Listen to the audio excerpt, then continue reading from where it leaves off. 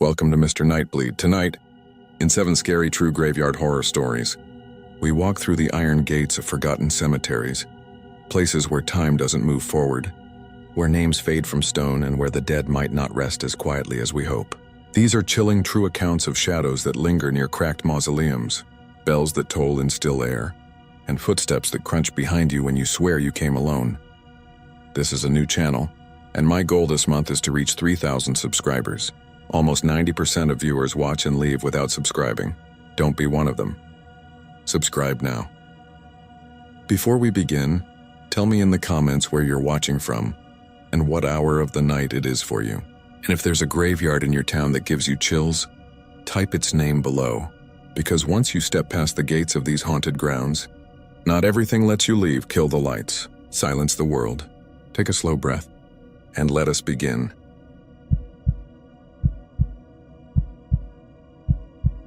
I don't care if anyone believes me. I just need to put this somewhere that isn't my head because I'm not sleeping right and I jump when the kettle whistles. If you know Salem at all, you know it's packed with stories, good and bad, and a lot of people go there looking for that feeling. I wasn't looking for anything except an extra paycheck. I take photos for small museums and realtors. I'm not an artist, I'm just decent at low light and I don't mind being out late. That's how I ended up at Charter Street Cemetery after hours with a key that didn't feel like it should be in my pocket. I got the job through Maya, a friend from college who works part-time with the Essex Historical Society. They needed atmospheric shots of old stones for a new brochure. Nothing sensational, just respectful images for donors. The plan was to go at dusk, catch that soft blue hour, clean angles, no people crowding the frame. Officially, the cemetery closes at sunset. Unofficially, the caretaker, an older guy named Caro with a Red Sox cap and nicotine-stained fingers, unlocked the iron gate for us after the last tour left. He said to be quick, keep the noise down, and not to step on the raised plots. He locked the gate behind us, said he'd be at the bench outside by the elm, and drifted into that patient, cigarette glow silence older men do so well. It was one of those October evenings when the wind is tired from pretending to be summer. Downtown Salem was still buzzing. Tourists on Essex Street, those Halloween witch hats with cheap veils, a busker playing a cello outside the old town hall. But once you walk down Charter Street, the noise slides off like someone closed a door behind you. There's the iron fence, the stones leaning like teeth, and that particular salt and damp smell you get near the harbor. A gull screamed once and then the leaves took over, chattering softly against the fence. I set up near the eastern corner where the stones angled toward the street. My plan was simple. Shoot wide shots of the rows, then move in for details. Engraved skulls and wings, the old typography, maybe a long exposure to make the sky go silky. Maya had a clipboard and a tiny flashlight. She whispered the way people whisper in churches. Out of respect you can't define but feel anyway. We weren't alone exactly. A couple with matching lanterns walked outside the fence and peeked in, and a cop car rolled past on Darby Street and didn't slow down. But inside the fence, it was just us and the stones. The first strange thing wasn't even strange, not by itself. I took a test shot, ISO 400 f2.8 1/30th, and the preview was a little busier than it should have been. I chalked it up to motion blur. The second shot, a wider one, looked fine. I kept moving. The way you do when you know if you stop, the air will make you think too much. Grab a few of the pea stones, Maya said behind me. Donors love those. And the little gate by the path. The brochure designer wants negative space for text there. Got it, I said, and snapped the small iron gate by the path. It's more decorative than anything. A waist-high barrier with curled tips like commas. A single dead leaf had lodged in one curl and it trembled when the wind dragged at it. I took 3 exposures bracketed just in case. We made it halfway down the central path when I noticed it again on the back of the camera. Something extra in the frame. Nothing bold, just an additional shape where there shouldn't be one. If you've done night photography, you know how easy it is to invent faces out of noise. I've deleted entire shoots because I swear I saw a man behind a column that didn't exist. You learn to ignore it. Still, the shape kept finding me. A little cluster of darker than dark near the left frame. A suggestion of a shoulder in the space between stones. I told myself I was primed for it. Salem sells ghosts by the t-shirt and mug. I kept shooting. There was a conversation outside the fence, a couple arguing softly about where to eat, and that reminded me to breathe. The ground was uneven. My tripod legs sank a little into the soft earth when I wasn't careful. I was very careful. I stood where Caro told me to stand, not on top of anyone. It mattered. You could feel it mattered. We worked for nearly an hour. The sky went from cobalt to a dull gray black, and the houses across Charter Street blinked on their kitchen lights. You can see into those kitchens from the cemetery if you want to. Small, warm squares with people doing normal things, stirring pasta, laughing at something on a phone. It's hard to stay afraid when you can see a stranger's colander. Then the streetlights came up and the cemetery turned reflective. Every stone took on a sheen. My breath made small clouds I didn't notice until they brushed the back of my neck. "Do you need anything else?" I asked Maya. The key in my pocket felt heavier for some reason. "I have the gate, the Hawthorne family, the winged skulls, the path, your negative space." She checked her list. "Maybe one of the wall by the witch house angle? We can see the top of it from here if you stand by that bench." I moved to the bench and lined up a shot through the bars. The frame caught a sliver of the witch house roofline and the crooked teeth of stones in the foreground. A really nice composition, actually. I pressed the shutter. The screen flashed the preview and there it was again, the extra shape. Not just a smudge this time. A head-shaped absence of light behind me and the faint ghost of reflection on the back of the camera. It was nothing you could print and say, "See?" It was a suggestion of roundness, a darker dent in the already dark. But it was there behind the pale rectangle of my own head. Small. Too close, like a kid peering around my shoulder. "Hey, you okay?" Maya asked. She was closer than I expected. Her flashlight made a faint cone on my hands. "Yeah," I said too quickly. "My screen's messing with me." "You can brighten it," she offered, like the fix existed in a menu. "Or we can call it." "Let me do one long exposure of the main path," I said. "For the brochure's hero image." She nodded and stepped aside. I mounted the tripod low, set the shutter for 15 seconds, dialed the focus with a careful half press. The timer beeped and the camera clicked open, then stood there gathering what little light was left. I counted in my head. When the shutter closed, the back of the camera showed a beautiful image, soft sky, crisp stones, a clean vanishing point.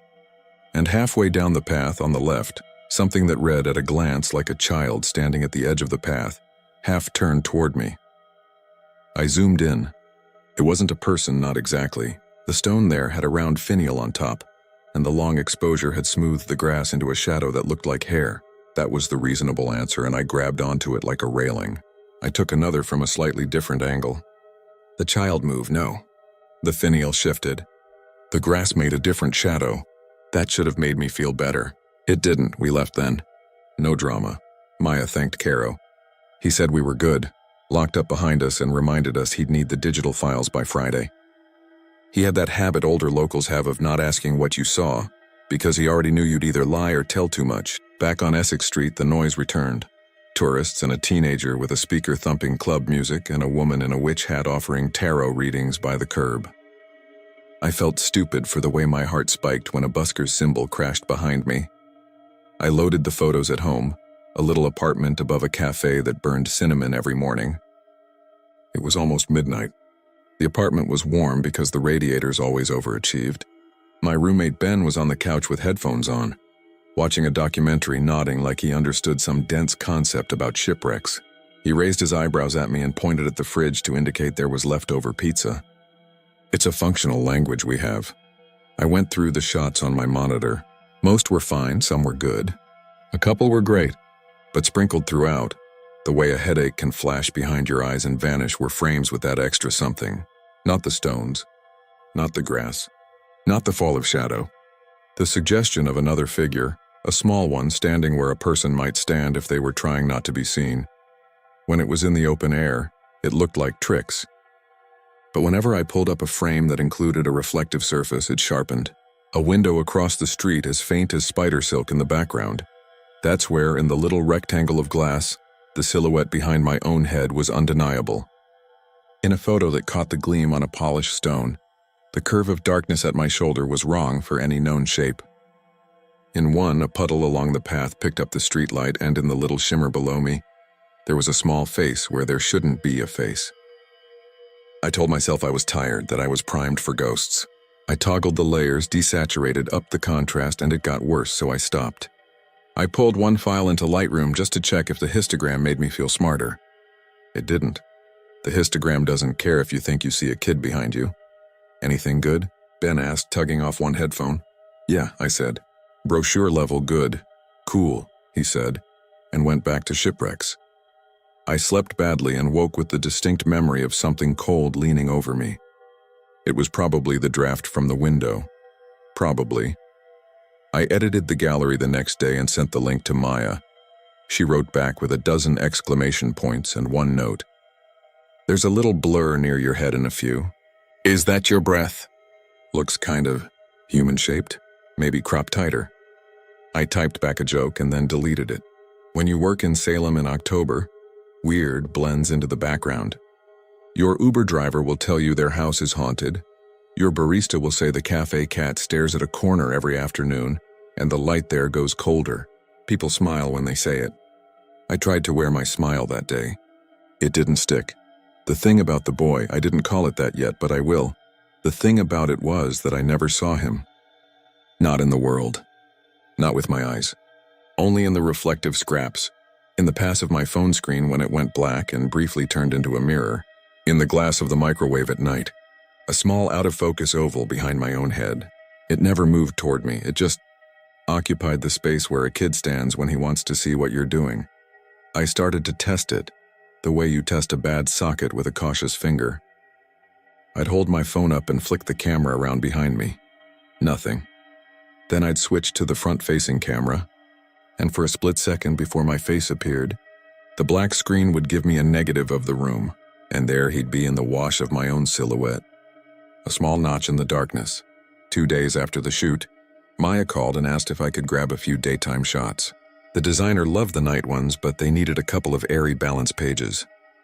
I said yes because it was just a cemetery, and we make stories too big when we keep them indoors. The sun was out. Kids were eating pretzels outside the Peabody Essex Museum.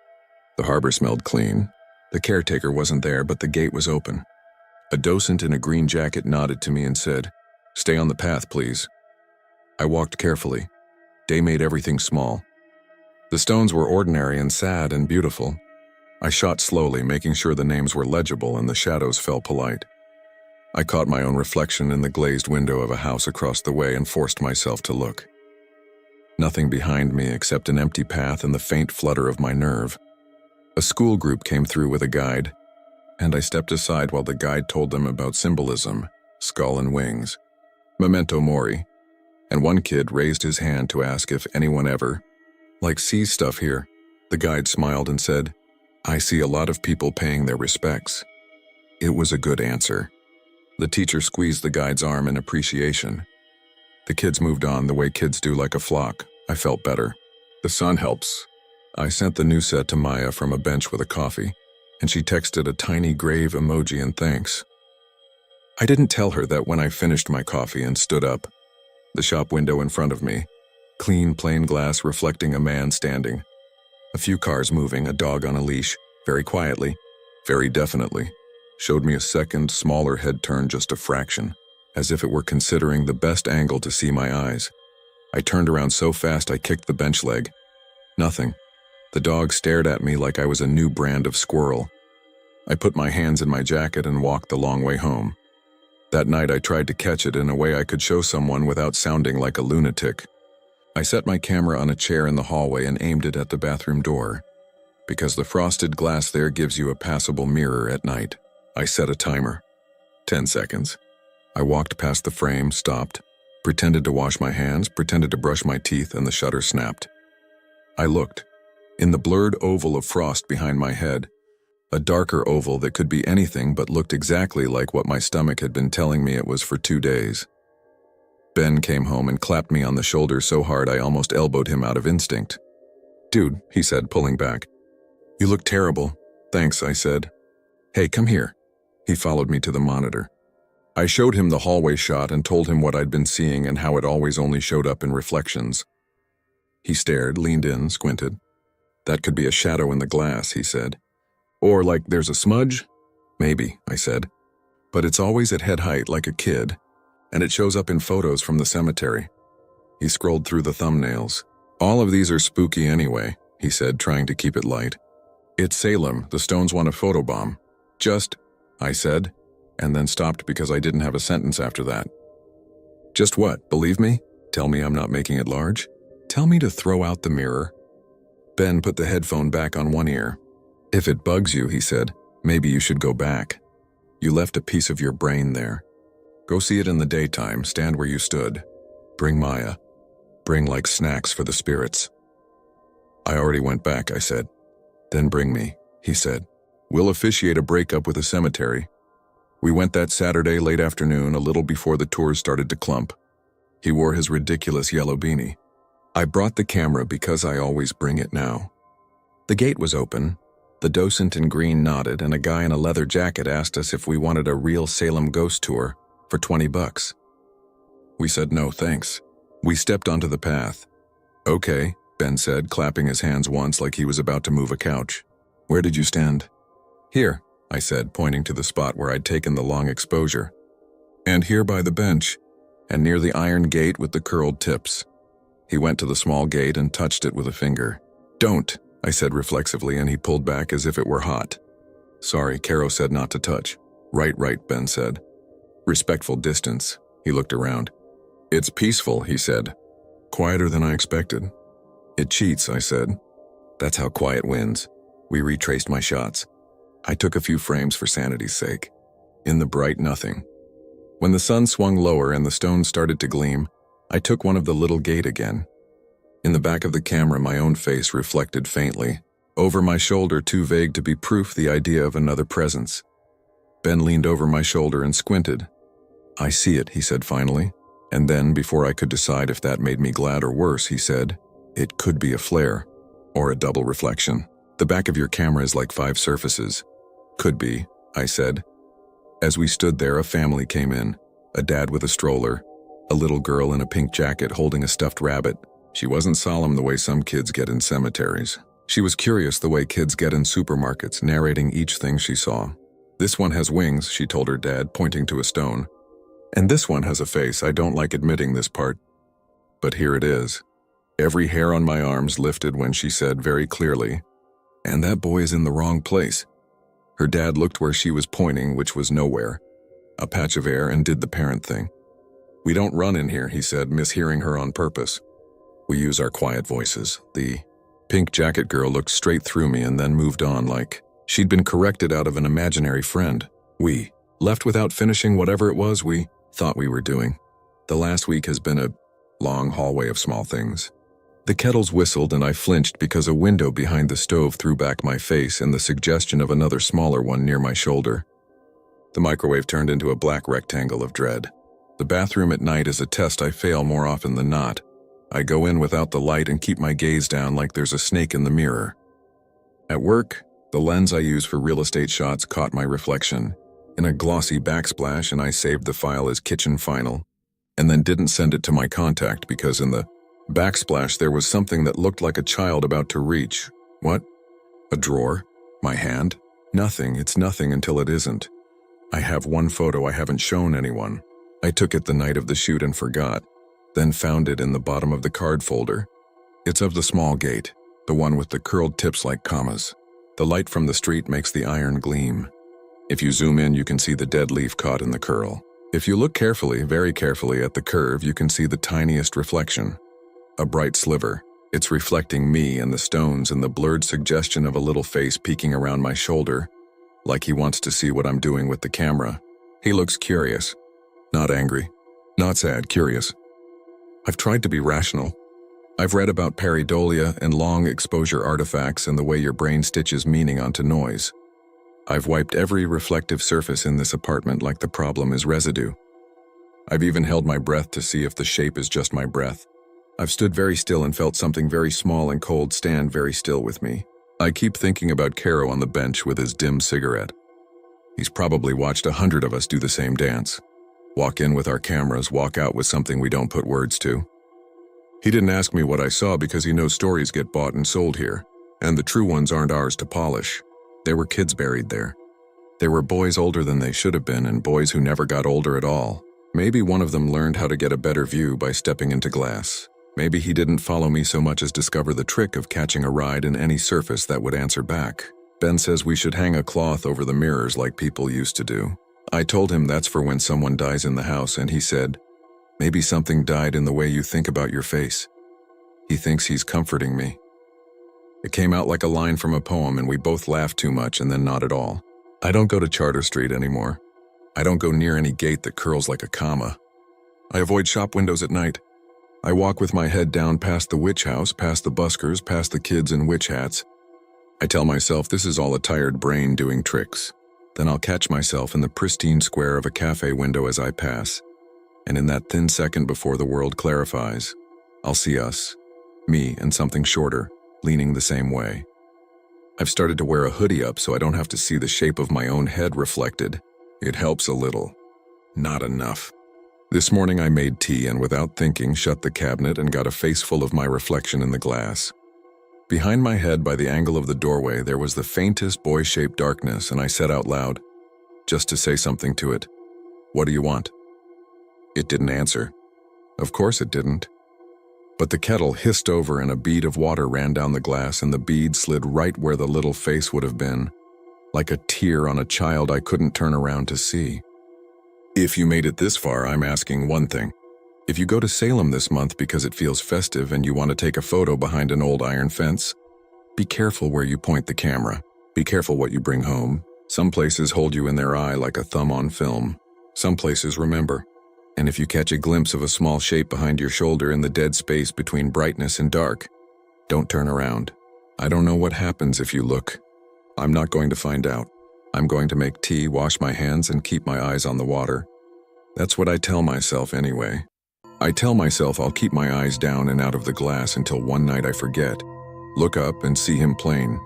And if that night ever comes, I don't know which of us they'll say is standing in the wrong place.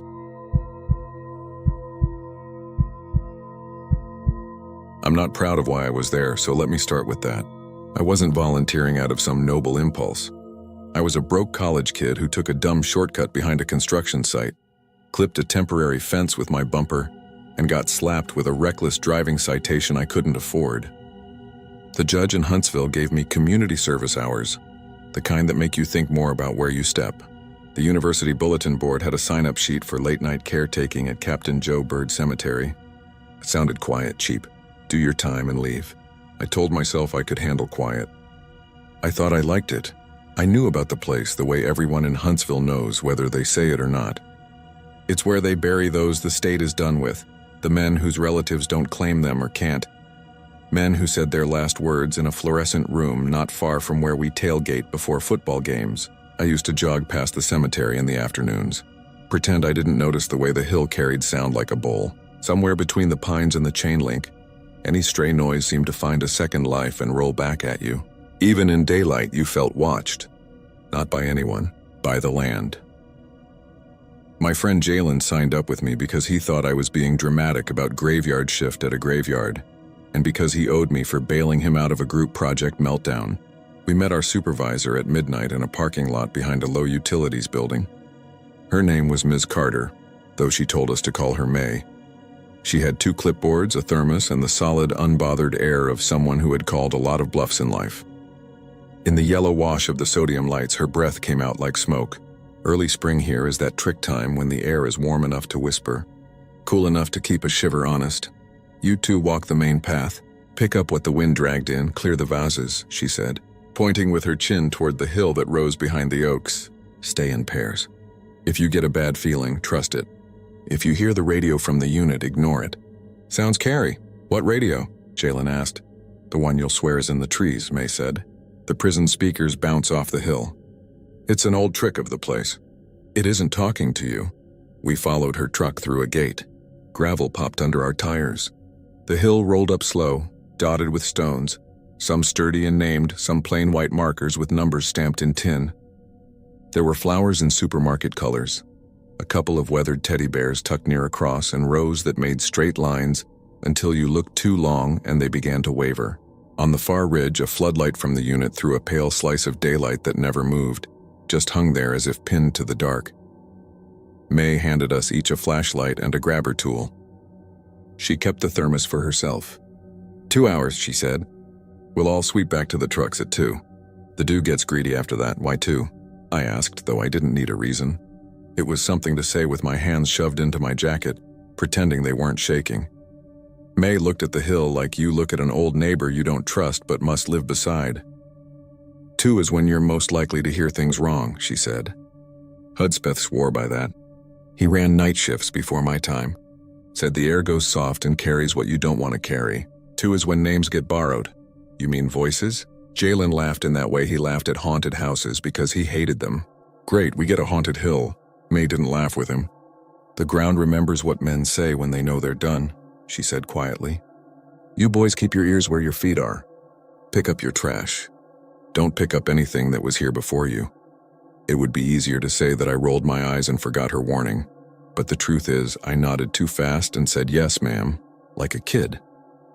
The truth is I felt something lift from the hill like unseen hands setting a table. The truth is I already wanted to leave. We started walking. The path skirted the crest of the hill and wound between the stones, and our flashlights shook thin tunnels through the grass. The pines on the edge whispered in their soft, constant way, and somewhere beyond them, there was the slow drag of a train.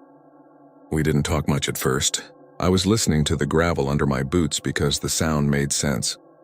We bagged a wind-whipped Whataburger cup, 2 candy wrappers snagged in the grass, a newspaper insert that had crawled up to a number-stamped marker and seemed to wait there like a guest. The markers with numbers instead of names bothered me more than they had when I jogged past in daylight.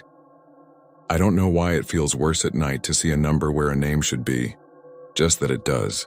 Your mouth instinctively tries to fill in the missing part, and your brain, wanting to be helpful, offers the only thing it has close at hand, your own name. Later, I would think about that. At the time, I just walked faster. Jalen kept shining his light on the trees and then back on the stones as if to confirm they were still stones. You think they can hear us? He asked and laughed again too loudly. I think Miss Carter can, I said because I had seen her pause by a row and stand there a long minute without moving, as if listening to a long, slow sentence. She didn't write anything on her clipboard. She just stood. We had 2 other workers with us that night. A quiet guy from the dining hall named Luis, whose headphones lived around his neck, and a gray-haired maintenance man from campus who introduced himself as Baines and told us to watch for snakes in the brush because the warm days had woken them early. He said this like he was handing down a weather report. He carried his flashlight low and scanned with the practiced motion of someone used to finding what other people missed. By 1 o'clock, the dew had started to lace the grass and the hill was slick with the thinnest film of reflected light. We'd filled 1 bag and started another. I tugged a length of caution tape from under a hedge of yaupon, and it came away with the sound of something sighing through its teeth. Jalen said he had to pee, then decided he could hold it because every clump of shadow looked like a pair of crouched shoulders. We met back up with May near the crest where the ground sloped down to the floodlight's hard shine. She poured small paper cups of coffee from her thermos and handed them out. You boys doing all right? She asked, and the warmth in my fingers felt like permission to say yes. Luis kept his gaze low. There's a radio or something, he said. You hear it? We all paused. The pines were their same whispering. The far highway side. From the prison campus drifted a thin, ghost-soaked slice of a voice, like a prayer bent sideways by distance. It wasn't words yet, just syllables that hadn't decided which language to choose. PA at the unit, Baines said, nodding at the floodlight. They run checks. The hill grabs it. He glanced at May. Don't it? She gave a small shrug that looked like agreement and warning at once. It's 1, she said. Finish your loop. The hill will talk more from here. We broke apart again, and that was when I realized I had the wrong flashlight. I don't know how it happened. Maybe when I set mine on the tailgate for coffee and grabbed it back without looking. The one in my hand had a rattling lens and a weak patch of light that kept dying to a pale donut around a bright point, like a dull eye going hazy. Jalen was already heading down the slope, cussing with theatrical care to make May smile. She didn't. Her eyes were on the hill. I followed him, the bad light making the ground shift under me like water. The stones rose and fell at the edges of my beam, the names and numbers dissolving into white rectangles and silver tags. Somewhere a dog barked twice and then thought better of it. I passed a row where all the markers had numbers like adjacent locker doors, and stopped to fix my laces. My nails bit the wet cotton. Standing again, I heard the first clear thing. It was a word, not a word. A shape of breath that fit where a name would go. I straightened too fast and the world swam a little. Jalen's light bobbed farther down slope. "Hold up," I called. He didn't. Then the PA, if that's what it was, cracked open into something larger. It was like being on a dorm floor at the start of finals week. Everyone on the phone, voices braided into one long rope of sound. But if you listened, individual threads slipped free. I heard someone say "Mom," drawn out as if remembering the shape of the word, then tell him I didn't do it, then tell her it wasn't like that. A chuckle blown through a nose. "We're good, and I'm ready, and don't let them put that in the paper." And then a laugh that wasn't a laugh so much as the idea of one.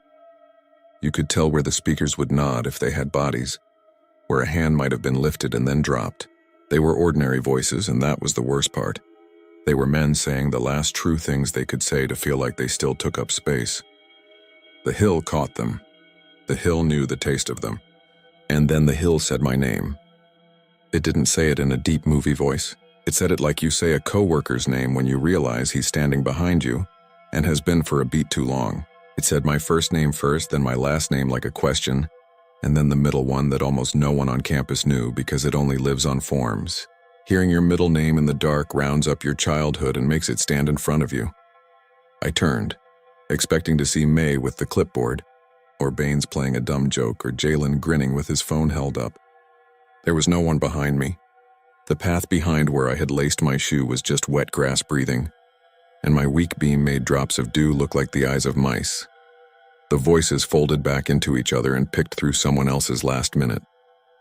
On the prison unit, a light blinked and held.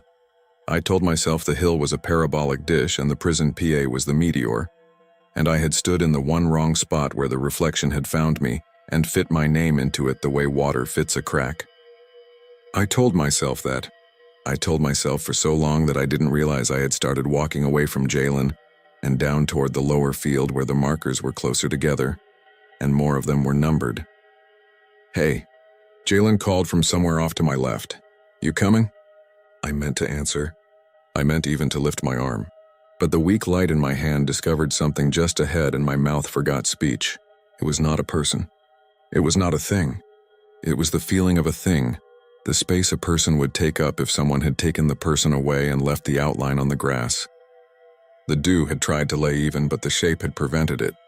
An absence, a shadow with no source, a space cut from the field that held the night like a liquid poured into a mold. It made your eyes want to blink it into being, but blinking didn't help. It was either there or not. And I knew it was there because the skin on my forearms went the same way it had gone the one time a snake lifted its head from a culvert and kept my steps counting for me. I had the stupid urge to say, "I'm sorry," and it felt like saying it at a checkout counter when you've brought the wrong item and the line behind you has formed a small, patient anger. I don't know why my brain wanted to apologize. I didn't know the number stamped into the tin tag by my ankle, or the way this robe bent toward the floodlight. I didn't know the man who was missing from the world, but something in the empty shape before me had the practiced politeness of someone who had waited in lines his whole life. It felt rude to look. It felt worse to look away. Then Jalen's light swung through the dark and broke the hold. The shape dissolved like breath on glass. It became simply a patch of grass where dew had not yet settled because the wind had left its slightly warmer hand a moment too long. The science of it made me feel sane again for exactly 3 seconds. Long enough to turn toward my friend and raise my free hand. Long enough to hear my name again, very close now. The middle of it softened by a mouth that had been dry for a long time.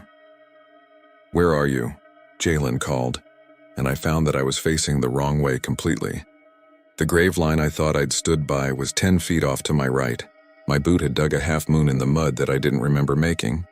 The weak flashlight whined. "I'm here," I said. My voice sounded wrong. It sounded borrowed.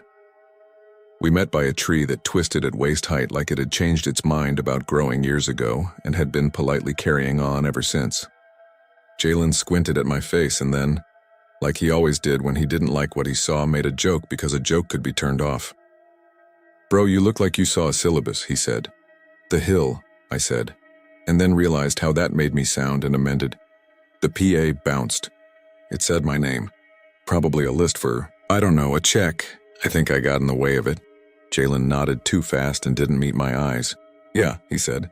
"Same," I heard. Something. I heard I love you. He said it like he hadn't heard those words spoken to him in a while and wasn't sure if he wanted to keep the version he'd just been handed. We walked together this time, shoulders nearly touching because we were pretending not to need that. The path narrowed, dipped, widened again. The voices rose and fell, and I started to realize I could tell the difference between the hill and the unit. The unit was tinny, clipped.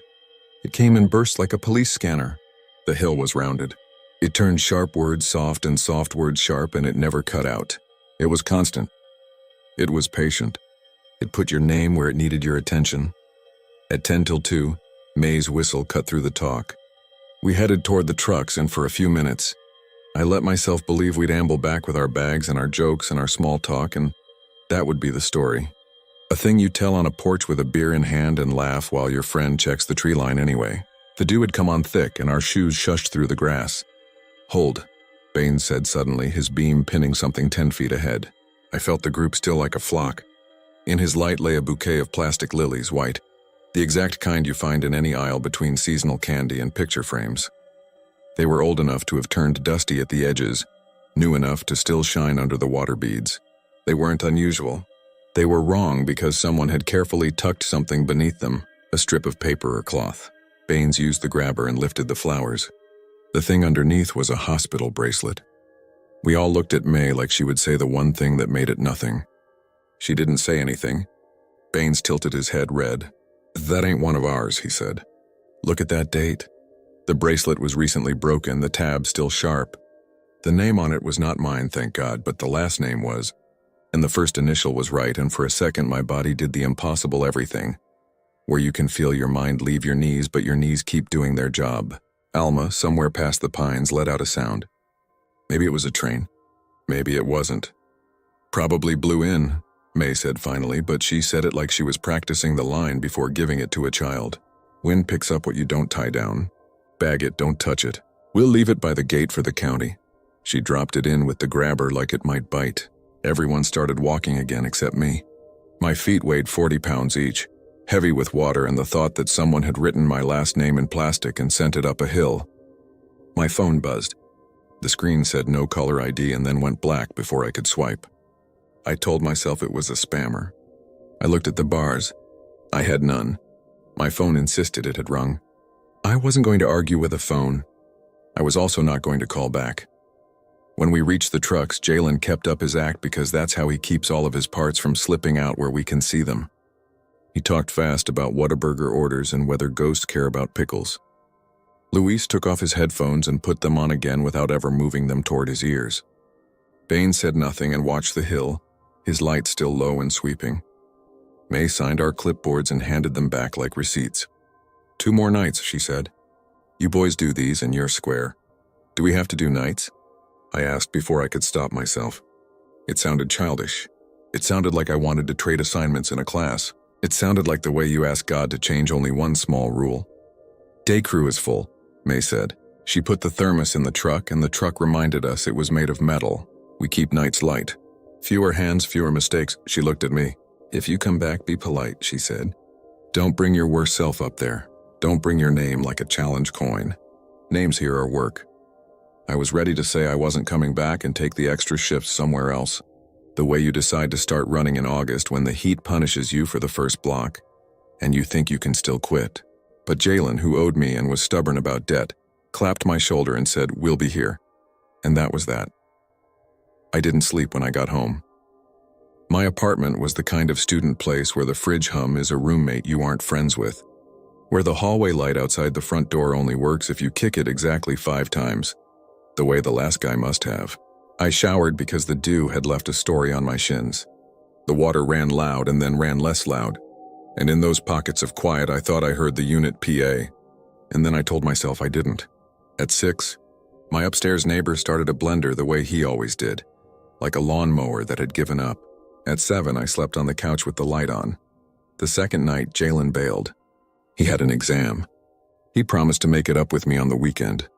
Luis showed up and wore his headphones properly this time, and told me he only wore them when he was nervous because someone once told him, "You can trick your brain into thinking you chose the chirping sound, not the other way around." Baines didn't come. May said his sister in Houston needed him. Her voice, when she said it, had the quality of a thing that might be true at the same time as a different truth.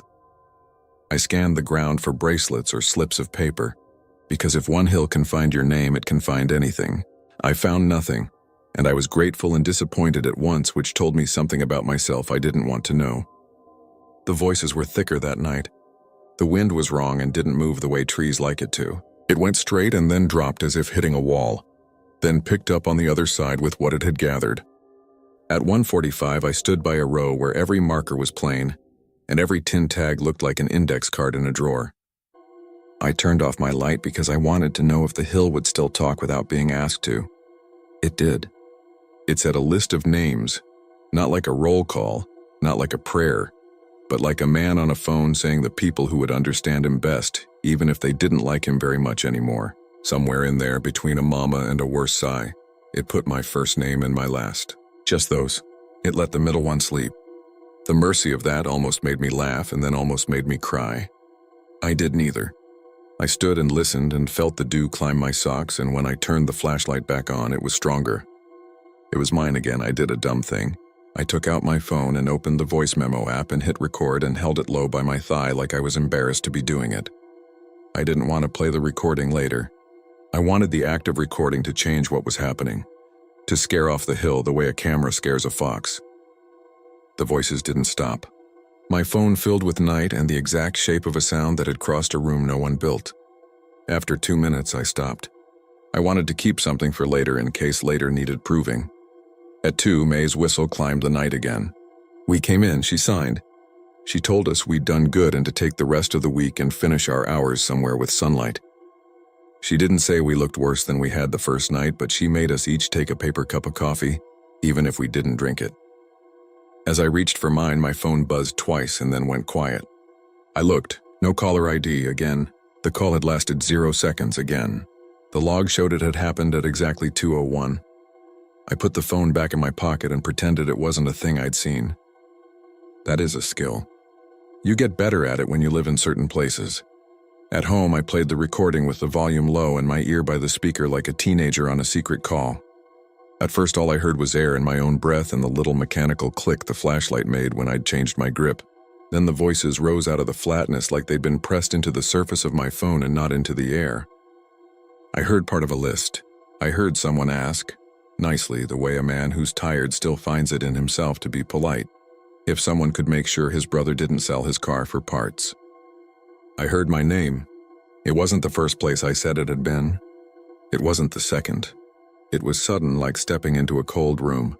The quality of the sound changed around it, as if the shape of my name remembered the shape of my ear. The recording put my hand on my knee and kept it there because I didn't trust it, suddenly, to be where I left it. I listened again. Same thing, my name. Not like a warning. Not like a threat, not like an invitation. Like a fact, a small one. One you put at the start of a sentence so whoever you are talking to knows you are, in fact, talking to them. I put the phone face down and stood too fast so my vision dimmed at the edges. My cabinet door made a noise it had never made before. The hallway light outside my door flickered without being kicked. I went to the sink and ran the tap. I watched the line of the stream for an hour like it was my job. 2 days later, after I'd done my last hours painting the trim at a community center, I got an email with a PDF attached, a generic notice from the university office that tracks civic obligations. It said my hours had been recorded and that my debt to the community had been discharged. It used those words, discharged, which is not what you say anywhere else but here. At the bottom, someone had signed with a stylus, and the line jittered like a faint EKG. I printed it and put it in the folder with my car title and a picture of a dog I tell myself I'll adopt when I can afford it. That night, around 2, my phone buzzed on the kitchen counter and lit up the room. No caller ID.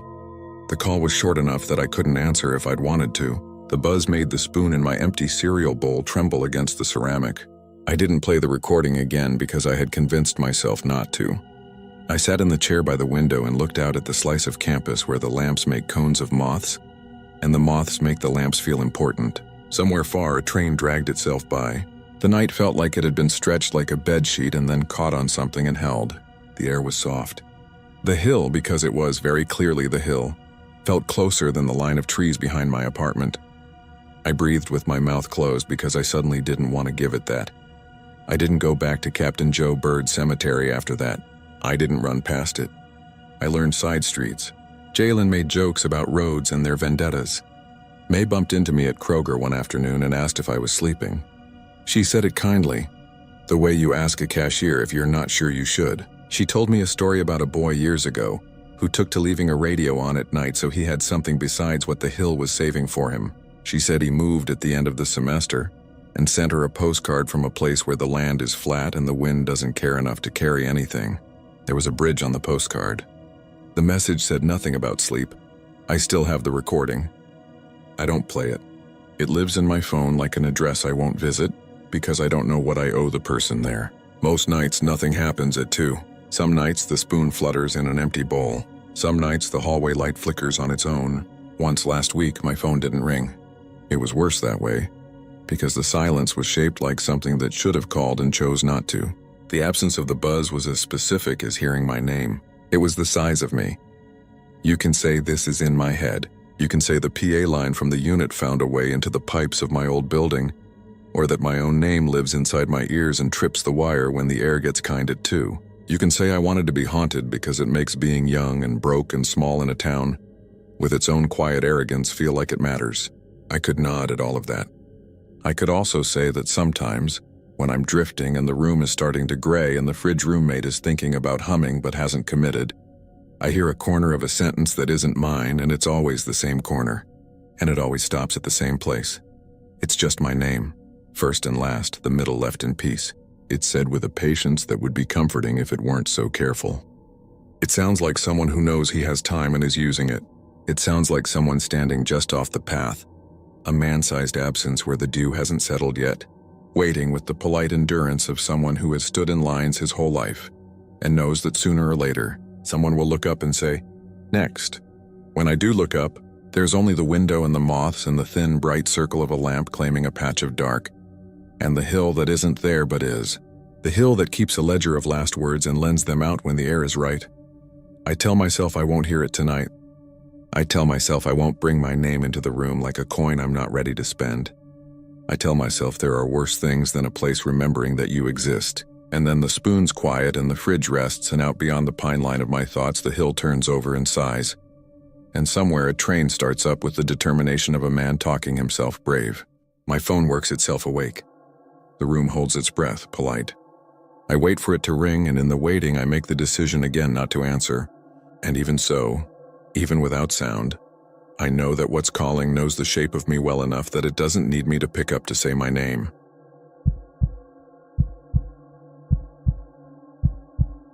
I've typed and deleted this so many times that my phone keeps guessing the words for me, and that alone makes my skin crawl. I didn't plan on ever writing about that job. People hear cemetery night guard in Hollywood and they either crack jokes or shove ghost stories at you. I rolled my eyes at all of it when I started, because the truth is usually simpler and uglier. Security work is boredom until it's fear. The thing that happened to me didn't start with thunder or a cold hand on my neck. It started with a candle flame I wasn't supposed to see, behind a locked door no one had opened in decades, and a woman in white who would step into walls as if they were fog. I worked nights at Hollywood Forever Cemetery for a little over a year, mostly Thursday through Sunday, when people were more likely to sneak in after midnight and dare each other to film TikToks. If you live in LA, you probably know the place for Cinespia, the summer movie nights where crowds picnic on the lawn and project Hitchcock onto a mausoleum wall. By the time I came on shift, the lawn was empty, the stage lights dead, and the koi pond was a black mirror that sometimes coughed up the shapes of palm trees when the wind moved. The city hummed just beyond the brick walls, sirens, a helicopter muttering toward the east, the occasional coyote whining near the railroad tracks. There are cats that live on the grounds, fat and entitled from the tourists' kindness. They'd shoulder bump my leg for attention as I did the rounds on a rattling golf cart with a dying battery. I carried a mag light that weighed like a brick and a ring of keys that could anchor a boat. My supervisor, Manny, was the kind of guy who called everyone kid, even if you were older than him. We had one other regular on nights, Tasha, who split the grounds with me. She was calm in all the ways I wasn't, a former set medic who'd seen enough real blood to be unimpressed by spooky rumors. On my first week, she walked me past the big mausoleums like she was introducing me to neighbors. "This one's the Cathedral Mausoleum," she said, tapping the limestone with her knuckles. "That one's Beth Olam, the Jewish cemetery. Over there, the Abbey of the Psalms. If you hear a door slam, it's the air pressure changing. If you hear whispering, it's palm fronds in your brain. If you smell jasmine, that's just the night blooming. Don't romanticize any of it and you'll be fine." The first time I saw the woman in white, I'd been thinking about a parking ticket. It was a Tuesday in late September, one of those brittle nights when the heat finally breaks and the air smells like dust and sprinkler water. I had parked wrong on Van Ness and got the orange envelope. My brain was chewing it as I rolled past the Abbey of the Psalms. Something white moved where the road turns. I hit the brakes hard enough that the cart squealed. A woman was walking along the columbarium wall, slow. Her head turned just a little, like she was listening to something inside. She wore a long white dress that looked damp at the hem, like it had been dragged through watering runoff. Her hair was dark and braided down her back in a way that made me think old photograph. I've had drunk people sneak in wearing costumes, sure, but this wasn't that. She was barefoot. The soles of her feet looked clean. "Hey," I called, because that's my job. "The park's closed." She didn't look at me. She paused at a small door that led into a family mausoleum. Private, marble-framed, thick as a vault. And she did this very normal, very weird thing. She reached into her pocket, felt around as if for keys she did not have, and then she slipped through the door. Not through the doorway. Through the door, as if the door were a projection and she had just walked behind it. There was no sound. The hallway kept its calm, chlorinated pool quiet. I didn't move for 5 seconds, then 10. I'm not a hero. I'm not even brave. But I'm paid to make sure no one's sleeping between the crypts or filming a music video where they shouldn't. So I got down from the cart and checked the door. The bronze lock plate stared back at me, unbothered. The door had one of those absurdly thick padlocks that look theatrical, its body scarred from 100 rainy seasons, and my flashlight picked out the dust packed around the hinges. I put my glove on the lock and tugged. Solid. I told myself I'd seen a reflection, a trick of my brain. I finished the round, then radioed Tasha. "You ever get weird reflections by the Abbey?" "Always," she said, like she was reading a text while half asleep. "They used to wax the marble. You'll see your own face where you don't expect it." "I saw a person," I said, hating how thin my voice went. "She went into the Nettles Mausoleum." "The Nettles?" She paused. "That lock hasn't been changed since the 80s. Luis will love hearing someone got past it." Luis was the groundskeeper who had opinions about everything, especially vandalism. "Do you want me to meet you?" I wanted to say yes. I said no because pride is stupidity wearing a badge. "I'll recheck it." I did. It was as locked as it had been 2 hours before. I told myself again that I hadn't seen what I saw. Then I noticed the candle, tiny light like an eye. I only saw it when I had already turned away. Something in my peripheral vision nagged, and when I swung the beam of the maglite back, the sliver of glass in the mausoleum door, a decorative pane the size of a wallet, showed the faintest smear of gold, like a star seen through fog. I leaned close. Inside, maybe 4 feet beyond the door, a votive candle sat on the floor. Someone had placed it just right of center, as if to keep it from the path. It was lit. I went still in that humiliating animal way. The candle was wrong because there was no way it could have been lit. The door was locked. The family hadn't visited in years. Records showed no recent key checkout, and nowhere in that vault was there a patch of soft earth where someone could have tunneled in like a joke. It was a sealed room that a flame had no business in, and yet the candle burned calmly, like it had every right to exist. I did what you do when you want authority to push your fear into a bureaucratic box. I took a photo of the candle through the glass and texted Manny. He didn't read it until almost 3 a.m., and then he wrote, "Weird. Don't touch anything. Write an incident report." I checked it again at 2:17 a.m., without meaning to. I can't tell you why that was the time.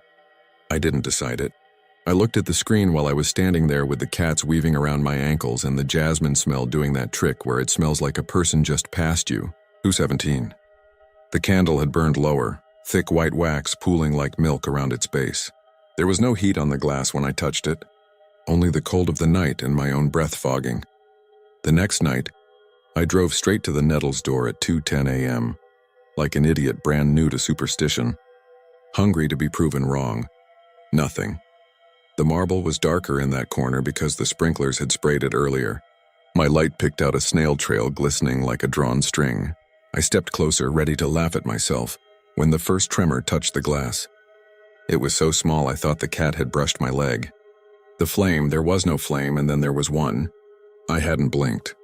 There was no jump cut. The candle was just lit, the way the sun is just up when the clouds move. It burned low for a second and then steadied.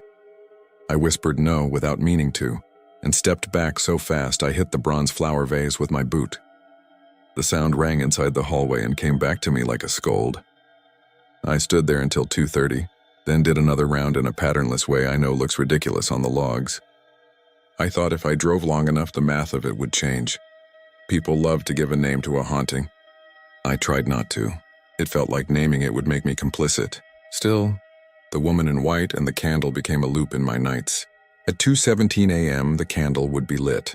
Some nights I saw the woman before that, walking the way calm people walk when they're thinking hard, her dress damp at the hem, her hair heavy with water that did not exist on anything else. She always faced the mausoleum, the way you face your own front door while patting pockets for a key. And always she slipped through and was gone. The lock remained a lock. The glass remained cool. I told Tasha finally when my voice would come out in something other than a joke. She listened and then did the practical thing. She came with me 2 nights running at 2:17 a.m., and both nights the candle lit itself as if by timer. On the second night she tried the lock with the master key, and then with a separate key Manny sent by courier after a flurry of texts. Neither worked.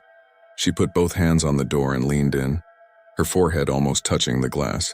"There's no draft," she said, as if any part of this obeyed drafts. "Do you smell that?" "Jasmine," I said. It wasn't just jasmine. There was a second note, clean and thin. The way some people's clothes smell if they line dry them. It made me feel like I should whisper. "It's stronger by the glass," she murmured. "It's like it's coming through." Manny had us write incident reports that sounded deranged when I read them the next morning. He never laughed. He did call in Louis, who made a production of bringing out a ladder and checking gutters as if that might explain anything. "Sometimes the neighbors set candles on the walls," he said, squinting. "A breeze blows them, light bends, you see it wrong." We both stared at him. There are no neighbors inside a private mausoleum room. He shrugged in that way men shrug when they want the world to be tractable. "I'll call the locksmith. We'll open it next week. There's probably a punk hiding in there." No locksmith would touch it without the family signing off. The family didn't pick up their phone.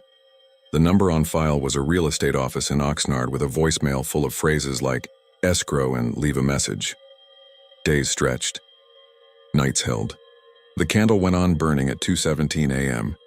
Some nights it burned lower. Some nights the flame stood high and thin as a letter opener.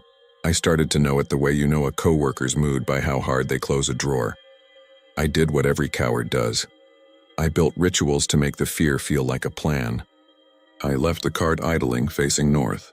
I kept the radio squawking softly so the hiss treated the silence. I told the cats they could not come any closer, like they were children who might knock into something sacred. At 2:14 a.m., I would text my friend Corey, who worked a few blocks away as a night editor for a tiny entertainment site. He was usually awake, chipping at listicles. He'd text back the stupidest gif he could find, or he'd ask for a photo of the candle like it was a moon he didn't believe in. He said the woman in white was stress. He said he'd bring coffee. 3 nights later, he did. He wasn't supposed to. Manny would have fired me if he knew I let someone in after hours, but Corey has that kind of energy that makes you feel like rules or suggestions, and I was tired of my brain chewing itself in the dark. We met at the Melrose Gate a little after 1:45 a.m., and I walked him in with his cup cradled in both hands like a priest with a chalice. He was in his "I promise I'm awake" beanie, and had that warm coffee breath that always smells like middle school detention to me. We kept our flashlights low and moved fast, half out of guilt. I wanted him at the Nettles door before the time. "Okay," he whispered when we got there, because the place makes you whisper. He leaned down to peer at the glass. "This some kind of scheduled light they put inside for night staff back in the day?" "No," I said with a laugh that came out wrong. "Just watch." He had jokes until 2:16. Then he didn't. We both stood with the dumb reverence of people watching an eclipse on their phone screens instead of their eyes. The flame appeared exactly as it had the first time I saw it. Not a spark, not a flare. but a fact that had simply not been true 1 second earlier and was true now. Corey sucked in a breath because even someone who doesn't believe in your fear still recognizes when a rule you rely on has been broken. "Nope," he said softly. "Nope, no thank you." We didn't move. I didn't know if moving would make it worse. The jasmine smell lifted like it had been waiting. Then there was a sound from inside. The faintest sound of something very light resting against glass. Not tapping exactly. Set, like a ring placed next to a sink. "Did you hear?" Corey began, and then he stopped. His gaze was unfixed, not on me, not on the candle, but a foot beyond, back and to the right. I followed his look into the reflection of ourselves in the seam of polished marble running along the doorframe. There were 2 of us, and then there were 3. She wasn't behind us. She was beside us, except the marble said she was leaning as we were, watching as we watched. A person whose clothes were very clean and whose face would not find the light. I reached out for Corey's sleeve and found his hand instead. He had already reached for mine. We did this awkward clutch like embarrassed teenagers caught holding on at a scary movie. He whispered, "Okay," the way you whisper when you are trying to lower your own heart. Then the radio cracked on my shoulder. Tasha's voice was low but perfectly normal. "Perimeter looks clear," she said. "How's your boyfriend doing at the Nettles?" She stopped. Probably because she heard her own joke roll into the silence after it. And then, because Tasha is more human than the rest of us, she said, "I'm on my way, okay?" The candle burned steady like it didn't know we existed. We watched, and in the wet black of the marble seam, the suggestion of the woman's shoulder made a shape slightly wrong, like something drawn from memory. Corey said, "Is it colder?" And I only noticed then that the air around my wrist felt like coming out of a market freezer. The cuffs of my jacket were damp. I lifted my right hand, and even though I knew better, I put my palm flat against the glass pane. It wasn't cold. That's the only part I still can't file somewhere. My hand should have met stone night temperature. The sort that holds itself like a grudge long after sunset. It didn't. The glass felt like a person's forehead feels when you check it for fever in the dark.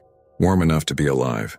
The heat was the size of my palm, and then it spread, as if a warm palm inside had met mine for an instant and then traced outward, a slow eclipse of my small piece of physics. I jerked back like I'd been stung, and my wrist caught the vase again, and the sound went out into the corridor and came back with interest. By the time Tasha reached us, Corey looked like someone who had waited for test results and gotten the worst possible thing, which is uncertainty. He didn't talk for a minute. Tasha stood with us. She didn't crack jokes. She did put her hand on my shoulder in a way that told me I must have looked worse than Corey. "Let's step back," she said finally, and it was only when we stepped away that I realized how close we had been. Like children with their noses on the aquarium glass. We made a plan you make when there's nothing to plan. Manny called the locksmith again the next day with more urgency in his voice, and I emailed the Oxnard broker and wrote a letter on paper. The locksmith said he could open the door if we signed a waiver. Manny didn't want to sign anything. The broker's assistant replied with a breezy, "Oh wow, that's so interesting," and promised to forward my note.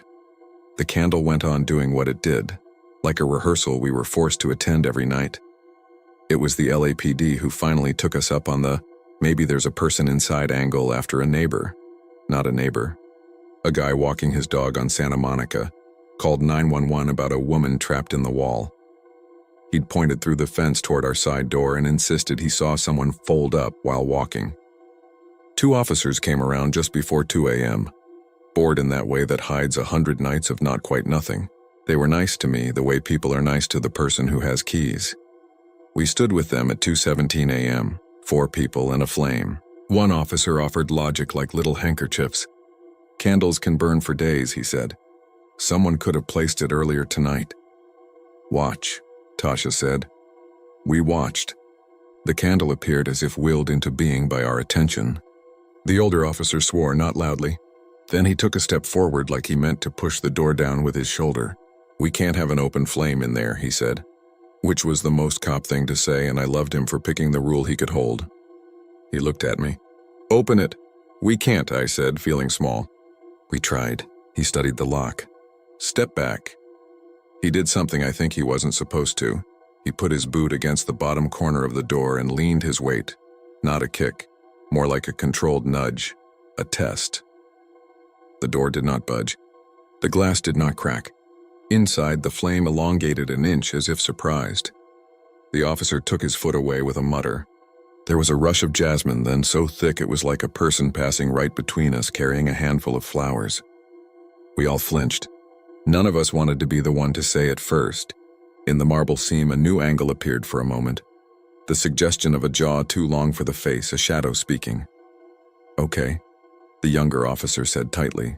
We'll note this." He cleared his throat. "Please call if you see anyone physically on the grounds." I wanted to grab his sleeve and beg him to stay because it felt like leaving the door of a bad room open. He drove away. The taillights smeared red on the wet asphalt near the pond. The flame kept its post. I quit 2 weeks later. I told Manny it was because the hours were messing with my stomach. It wasn't untrue. The hours were a gray wool sock jammed down my throat. But the real reason was smaller and worse. On my last night, I stood at the Nettles door at 2:17 a.m. and waited, because I needed to know if leaving mattered. The candle appeared. I put my palm to the glass because I am not smart.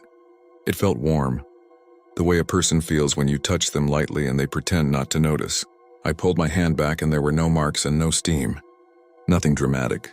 When I looked back up, the faint gloss of marble showed me a sliver of white that was not mine. And in it, a thing so tiny my brain told me afterward I had made it up.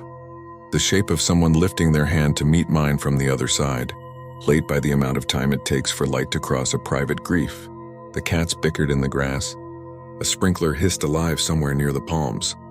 I cried in that quiet way where you're surprised to find out you can still do it. I work days now.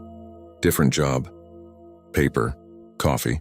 Windows that look out over a row of ficus trees where people parallel park badly and swear. I never thought I'd miss the cemetery, but I do. In the blunted way you miss a night shift when your body finally forgets the ache. I still text Corey at weird hours. He still sends me the worst gifts. We talk around it. Sometimes we do not talk around it, and he says softly that he dreams of the candle, not as a threat but as a duty. Like a lighthouse, he has to keep his ship off, even though he's never owned a boat. Here's the part I don't know how to make sense. It doesn't want to be a twist. It's not proof of anything. Just a thing I can't fold into my day. Every night now at exactly 2:17 a.m., my apartment goes a degree warmer. Not enough for a thermostat to report it. Just enough that the air on my forearms feels like a hand has moved through it. I wake up sometimes to the smell of jasmine. I don't keep flowers. My neighbors are the kind of people who apologize for their bikes in the hallway. No one has a garden. It fades fast.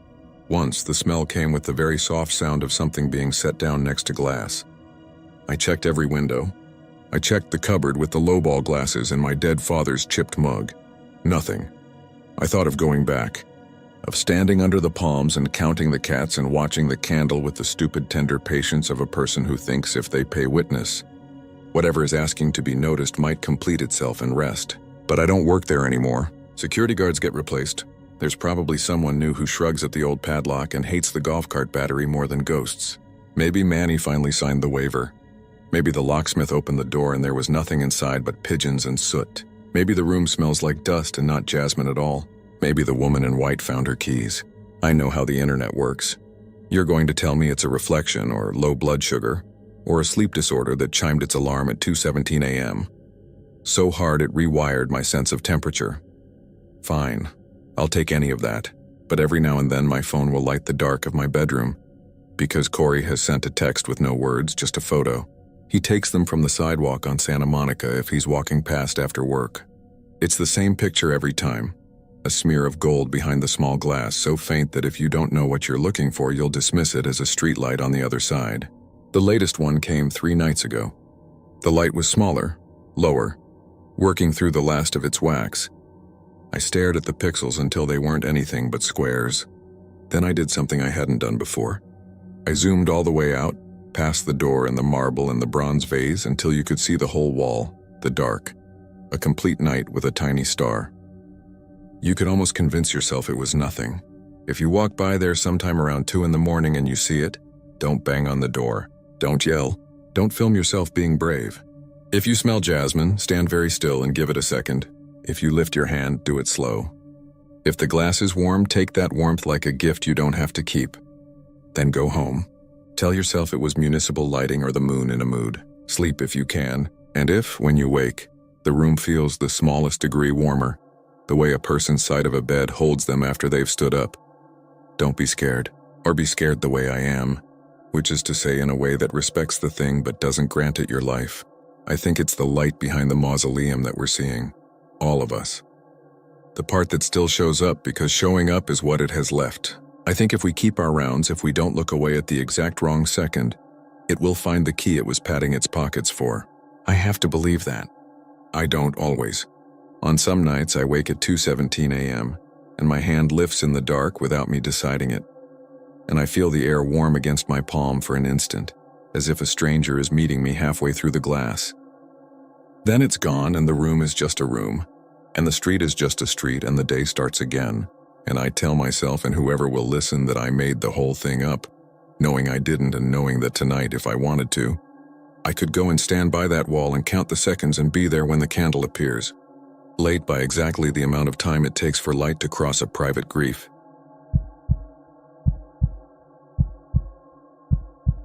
I wasn't planning to post this anywhere, but I need to lay it out in one place so it stops running laps in my head. I don't want advice or arguments. I'm not trying to convert anyone. I just need to say what happened to me in New Orleans last summer. Because ever since I left, the quiet in my apartment hasn't been quiet, and the air hasn't been empty. I didn't go to St. Roch because I'm holy. I went because I was tired. A specialist had given my illness one of those polite names people print on ribbons, and all it meant was, learn to live smaller. Smaller walks, smaller grocery trips, smaller promises to friends. I kept thinking if I could just step out of my life for a few days and put myself somewhere older, somewhere that had seen worse than me, I might find some room to breathe. My friend Camille offered me her spare points for a flight if I'd split an Airbnb. She said, New Orleans cures you or it ruins you. Let it try the nice way first. We stayed in the bywater in a shotgun house with high ceilings and an oscillating fan that clacked every sweep. The host had left a binder about nearby restaurants and a printed list of spooky things in pastel fonts, haunted tours, a pharmacy museum, the cemetery at St. Louis No. 1. I didn't want a tour guide with a megaphone. I wanted something that felt quiet and real. Buried in the binder was a photo of a small chapel behind a cemetery wall, crowded floor to ceiling with offerings, crutches, braces, plaster legs, baby shoes, handkerchiefs, rosaries. Under it, someone had written in ballpoint, St. Roch Chapel, Healing Shrine. Leave something. Don't take anything. Bring water for the dog. The dog note made me laugh. For the dog? Camille shrugged. St. Roch is the guy with the dog. He's like patron saint of plagues. The dog licks his wounds in paintings. It's a whole thing. We went on a Tuesday because the sky was holding rain and it kept most people indoors. St. Roch Avenue was quiet in a heavy way. You could taste metal in the air. The cemetery wall sat low and long and the gate was open. Inside, the path ran past little marble houses for the dead, some with cracked doors and little weeds growing out of their roofs like ideas that had escaped. The chapel was at the far end, small and white with a dark wooden door. There was a sign that said welcome and a different sign that said respect the silence. The contradiction felt honest. When we stepped in, the cold surprised me. There was no hum of air conditioning, just a dense, cool stillness that touched your skin like the insides of a church kept in the dark. The place smelled like candle wax and damp marble and faint laundry, like fabric that had been worn and then folded. On the left, the walls were covered in ex-votos, thank you offerings. There were casts of arms and legs, some painted flesh-colored, some left chalky white. There were glass cases with old braces and wooden crutches and folded notes tied with ribbon. A child's pink shoe sat beside a silver charm shaped like an ear. A photograph of a woman with a scarf around her head leaned against a line of candles, her smile hopeful and a little tired. In corners, there were plaques in French and English praising a cure, a safe birth, a survived fever. In the center was a simple altar and a statue of St. Roch himself, a man lifting the hem of his tunic to show a wound on his thigh, with a small dog at his feet holding a loaf of bread in its mouth. Someone had tucked a dog biscuit by the base. Someone else had left a stainless steel dog bowl filled with water.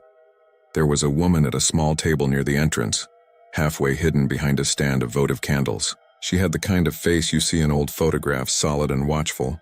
A ring of keys hung from her belt. She said, "Afternoon." very softly, as if the word had to pass through more air than usual.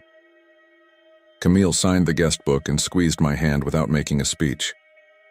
I moved along the wall, reading what I could without intruding.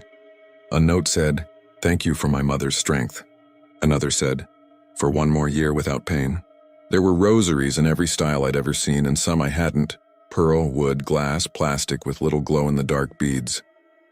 A wedding veil hung on a thin hook like a captured cloud. For reasons I don't know, the veil is what made my throat go tight. It wasn't fancy. It was a simple piece of lace with a scalloped edge, the kind you pin into your hair with bobby pins. It moved just a little, like the room was breathing. "There's no draft," Camille whispered. "Do you feel that?" I did. Not air, pressure. Like when an elevator stops on a floor you weren't expecting and your stomach pretends it knows what to do. A low roll of thunder filtered through the thick walls. The offerings on the wall didn't rattle. They didn't sway. They were very still. I realized the woman at the table was looking at me, not unkindly, just measuring. "You're here for prayer," she said, not asked. "I guess," I said. My voice sounded small. I hadn't said anything to St. Roch or to anyone holy since childhood. I wasn't sure what the rules were or if rules mattered to a room like this. "You can leave something," she said. "If you don't have anything, you can write 'ask' and then 'thank' when you're able." I had nothing on me except my phone, a stick of lip balm, and the thin hospital bracelet I'd been wearing off and on like a private joke with myself. It had the shaved-off name and the dates of a test, the ones where they put me in a tube and told me not to move while the machine sounded like a band practicing in a garage. I hadn't thrown it away. I took it out of my bag and rubbed my thumb over the plastic ridges of the numbers. "Is it okay to leave this?" I asked. The woman nodded. "If it's clean of blood," she said. And I flinched because of how practical she sounded, how normal the sentence was here. "You can tie it, right there."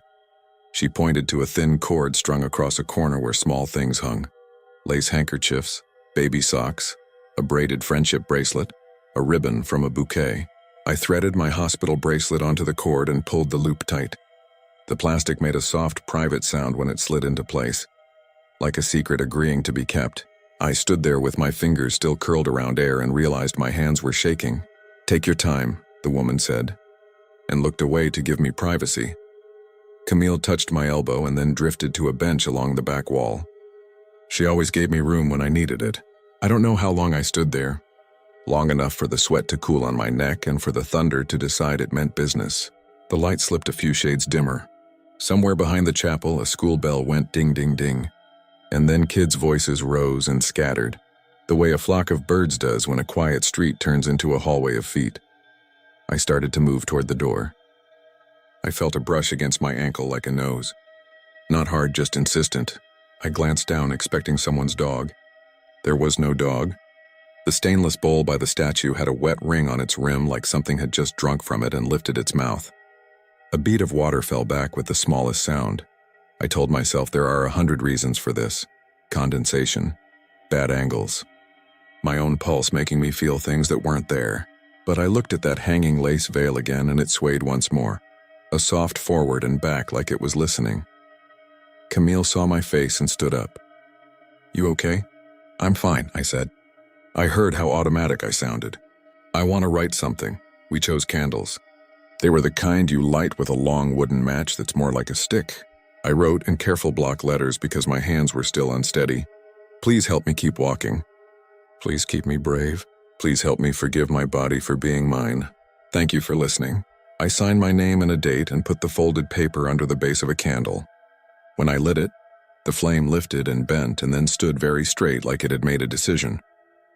We stayed until the rain was more than we wanted to get caught in, and then thanked the woman at the table. She said, "I'm Miss Evelyn," like we were neighbors. "If you come back tomorrow, try the morning. It's gentler." I wanted to ask what she meant by gentler, but the rain had gathered itself, and when we stepped under the awning, it came down in sheets like the sky had split.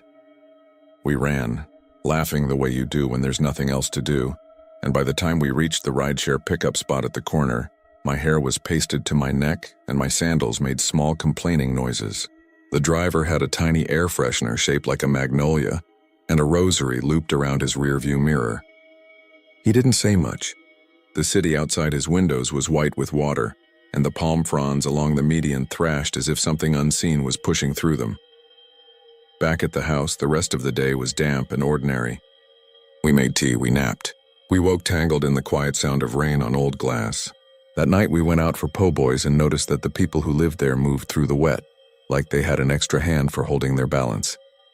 By the time we came back, the rain had calmed into a low conversation with the gutters, and the air smelled like wet brick and fried onions in someone's dryer vent. Camille fell asleep with a podcast in her headphones. I lay on my back and watched the slow arc of the fan shadow across the ceiling. I kept thinking about the way the lace veil had moved when there was no draft, and the way the dog bowl had a ring of water. At 2 a.m, a small sound woke me. Not a creak, not a bang, a tiny dry clicking like beads brushing wood. I thought it was the fan until I turned it off and the sound continued. It came from my bag. I held my breath in that dumb way people do and unzipped it slowly, like quiet would make a difference. Inside at the bottom, under my wallet and a crumpled receipt and the hotel shampoo I'd meant to throw away, was a rosary knotted around my hospital bracelet.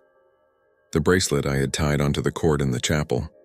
The rosary was cheap plastic, the kind they give out to kids. The beads were a soft blue and they glowed faintly in the dark. The cross wasn't fancy. The whole thing smelled faintly like the chapel's candles. I didn't put it there. I didn't scream. I didn't wake Camille. I put the bag on the floor and sat there in the dim for maybe 10 minutes, listening to the house settle and the rain rinse the street and the faint, almost musical clicking of the plastic beads as they swung once and then were still. When I could breathe without my chest stuttering, I took out my phone and held it over the open bag and took a photo and then a video in case I needed proof for myself in the morning. I told myself I was sleeping weird. I told myself somebody moved my hospital bracelet as a kindness and the rosary tangled itself. I told myself anything I had to in order to close my eyes. And I did close them eventually because bodies are stupid and practical and they shut down when you are tired enough. In the morning, the rosary didn't glow. It looked as cheap as it was. The hospital bracelet was threaded through a loop and tied once, like a person with large hands had tried to make a neat knot and given up.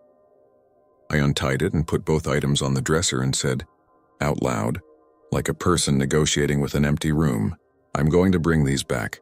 Camille noticed me talking and propped herself up on one elbow. To St. Roch? Yeah, I think I shouldn't have taken this. Even if I didn't. She nodded like she understood the part I didn't say. We'll go after coffee.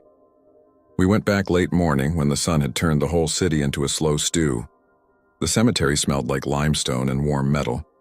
The chapel was cooler than outside, but warmer than before.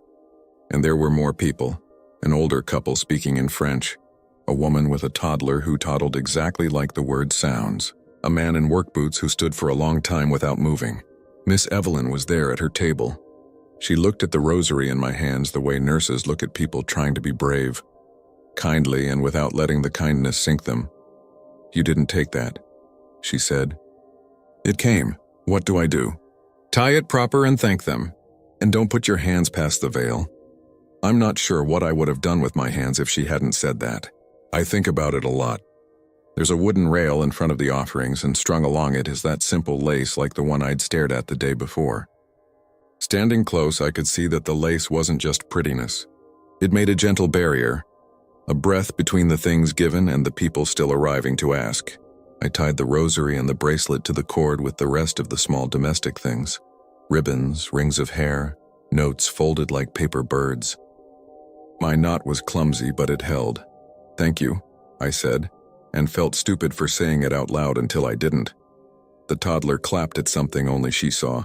The work boots man crossed himself and looked away very quickly, like he'd scared himself doing it. The French couple touched their foreheads to their clasped hands the way my grandmother used to. There was no wind in the little room, but the lace veil lifted and softly fell. The plastic arms and legs on the wall didn't move. The crutches didn't shiver. In the corner, a string of rosaries hanging from a nail swayed once like a bell with a string tugged. There, then done. The sky outside did what summer skies in Louisiana do. It went from bright to bruised in a blink. A rumble rolled through the chapel and the lights flickered and then held. Miss Evelyn looked nervous for the first time. It's going to be bad for an hour, she said. Y'all can stay if you want. If it floods out there, the street's alligator-backed. We stayed. The world went pewter and then deep pewter. The glass in the little windows rattled. Somebody's phone let out the quick bark that means an alert you can't ignore, and 3 more answered it. "Flash flood," the work boots man said to no one, and no one answered, and that was fine. The rain came in a sheet and then another. We could hear it hit the cemetery wall like someone shaking a tarp. At some point, the man left, and the French couple left, and the toddler and her mom left, and then it was just me and Camille and Miss Evelyn, and the rain was pushing sideways. Every other time I've been in a storm, I can locate the wind. I can say, oh, it's coming from there. In the chapel, the sound came from everywhere at once, like being under a big drum. The candles on the altar burned with little pointed patience. The statue of the saint kept lifting his tunic. The little dog carved at his feet kept offering his bread. The stainless bowl of water was still. My son used to say this was when the curtain thins, Miss Evelyn said, mostly to herself. That boy liked a good thought. Her hands were folded in her lap, but I saw one thumb rub over the other like she was polishing something only she could feel. He passed in 2012, leukemia. I tell you because I think you'll keep it safe, not because I want your sorry. I'm sorry anyway, I said, and she gave me a look that said, noted, now hush. The power dipped once, twice. The emergency lights clicked into a brownish glow. The candle flames looked bigger by comparison. The rain drummed on, and then the offerings moved. I don't mean they clattered. I don't mean they jumped. It was small. It was a room of people shifting in their seats after a long lecture. A slow, collective adjustment as if their spines had straightened. The photograph of the woman in the headscarf tilted an inch toward the aisle. The baby shoe turned slightly like a child changing the angle of her foot to look at her own toes. One of the plaster hands, palm up, tipped just enough that the rosary looped over its fingers slid and caught a different groove. The lace veil lifted and settled and lifted again, not in a draft but in a rhythm. I know how air moves. This was not that, Camille whispered. Do you see it? Yes, I said. I didn't take my eyes off the wall. If you've ever been by a river with a smooth surface and suddenly noticed the current from underneath, it felt like that. The offerings weren't pointed at us. They weren't pointing anywhere. They were adjusting, as if a room full of invisible grandmothers had stood up to stretch their knees and then returned to kneeling. The sound was not quite a sound, a soft silk-on-silk hush that didn't come from the lace. Somewhere in that hush, the faintest phrases threaded themselves. Mercy, thank you, keep us. Keep her. It wasn't English or French. It was the way you understand a lullaby in a language you don't speak. It goes in anyway. Don't put your hands past the veil, Miss Evelyn said again without looking at us. Her eyes were on the statue. Her hands were very still now. They know you. Don't mean they won't take what you offer. I kept my hands at my sides. My palms felt hot. Something brushed my calf again, deliberate as a cat deciding it likes you. I didn't move. The stainless bowl rippled once as if a nose had dipped. I remembered the note in the binder. Bring water for the dog, I whispered. There's water. And felt ridiculous because the bowl was right there in front of all of us. Camille touched my shoulder. Her fingers were cool. The brown emergency lights made her freckles look like constellations. She was crying and trying not to be. It's okay, I told her, and I believed it while I said it. For a minute, with the rain enclosing the chapel and the old marble floor holding its breath and the lace lifting and falling like a sleeping chest, everything felt exactly okay. The way it sometimes does at the lowest part of a fever when you decide you'll just float and you won't fight the bed. The prayers in the room weren't for me alone. They were all the small, ordinary words people had left tucked under wax and wood. Please and help and thank you and don't forget me. It felt like a tide. Not mine, but including me. Then the lights banged back to full strength. The prayers stopped like a radio switched off. The rain still fell, but in a more ordinary way, with corners and angles and places to put it. The offerings on the wall were still. The lace veil hung like any curtain. My calves were dry. The dog bowl was simply a bowl. I realized I had been holding my phone in my hand without remembering taking it out, and that it was pointed at the wall and recording. My finger had gone white where I gripped it. What did I tell you? Miss Evelyn said gently. Keep your hands to yourself. I didn't. I started, then stopped. There was nothing to say. We stayed until it was safe to walk out. When we left, the chapel smelled like burnt wick and laundry again. The road outside was flooded ankle deep, and the water was warm as bath water. We took our shoes off and waded to the corner, not talking for once.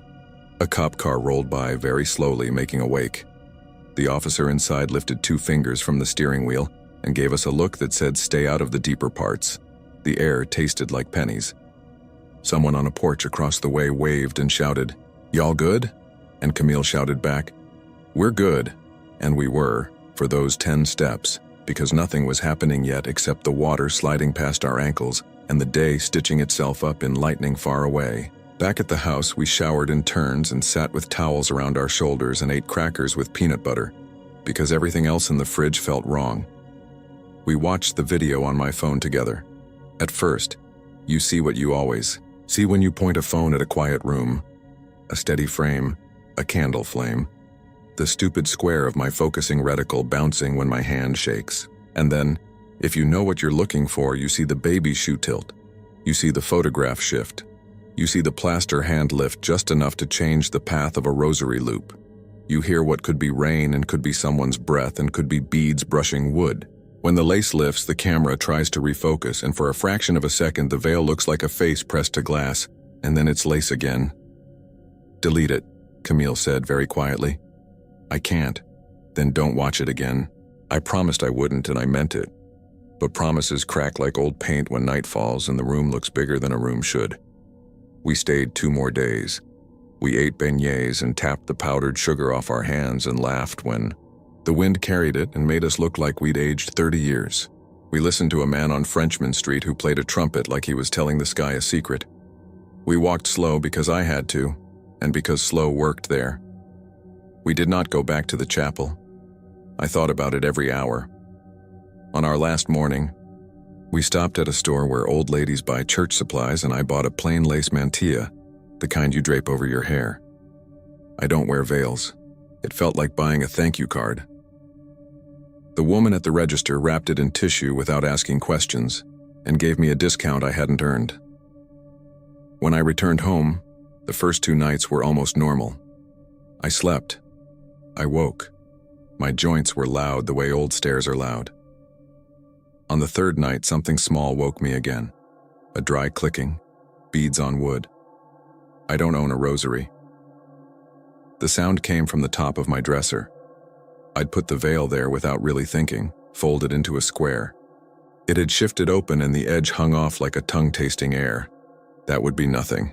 That would be draft, except the air was still and the window was closed, and the lace moved like it was breathing. I told myself I was making it into something. I closed the veil, smoothed it flat, and set a book on top of it. In the morning, the book was on the floor, laid down gently beside the dresser. Not dropped, not thrown, placed. The veil was unfolded again, and from the corner of it a single thread had pulled loose, long and white as a hair. When I picked it up, it felt warm, like it had been in someone's hand. There are small things now. A wet circle on a dish I leave by the back door as a joke and then not as a joke. A smell of candle wax in a room that hasn't seen a match in days. The way the cheap beaded bracelet my niece made me moves from one hook to another on my wall, without me remembering I touched it. The video on my phone reappears in my recents sometimes after I put it in the hidden album, as if the phone is a pocket with a hole I can't find. Some nights between 3 and 4, the veil on the dresser lifts and falls 3 times and then lies still.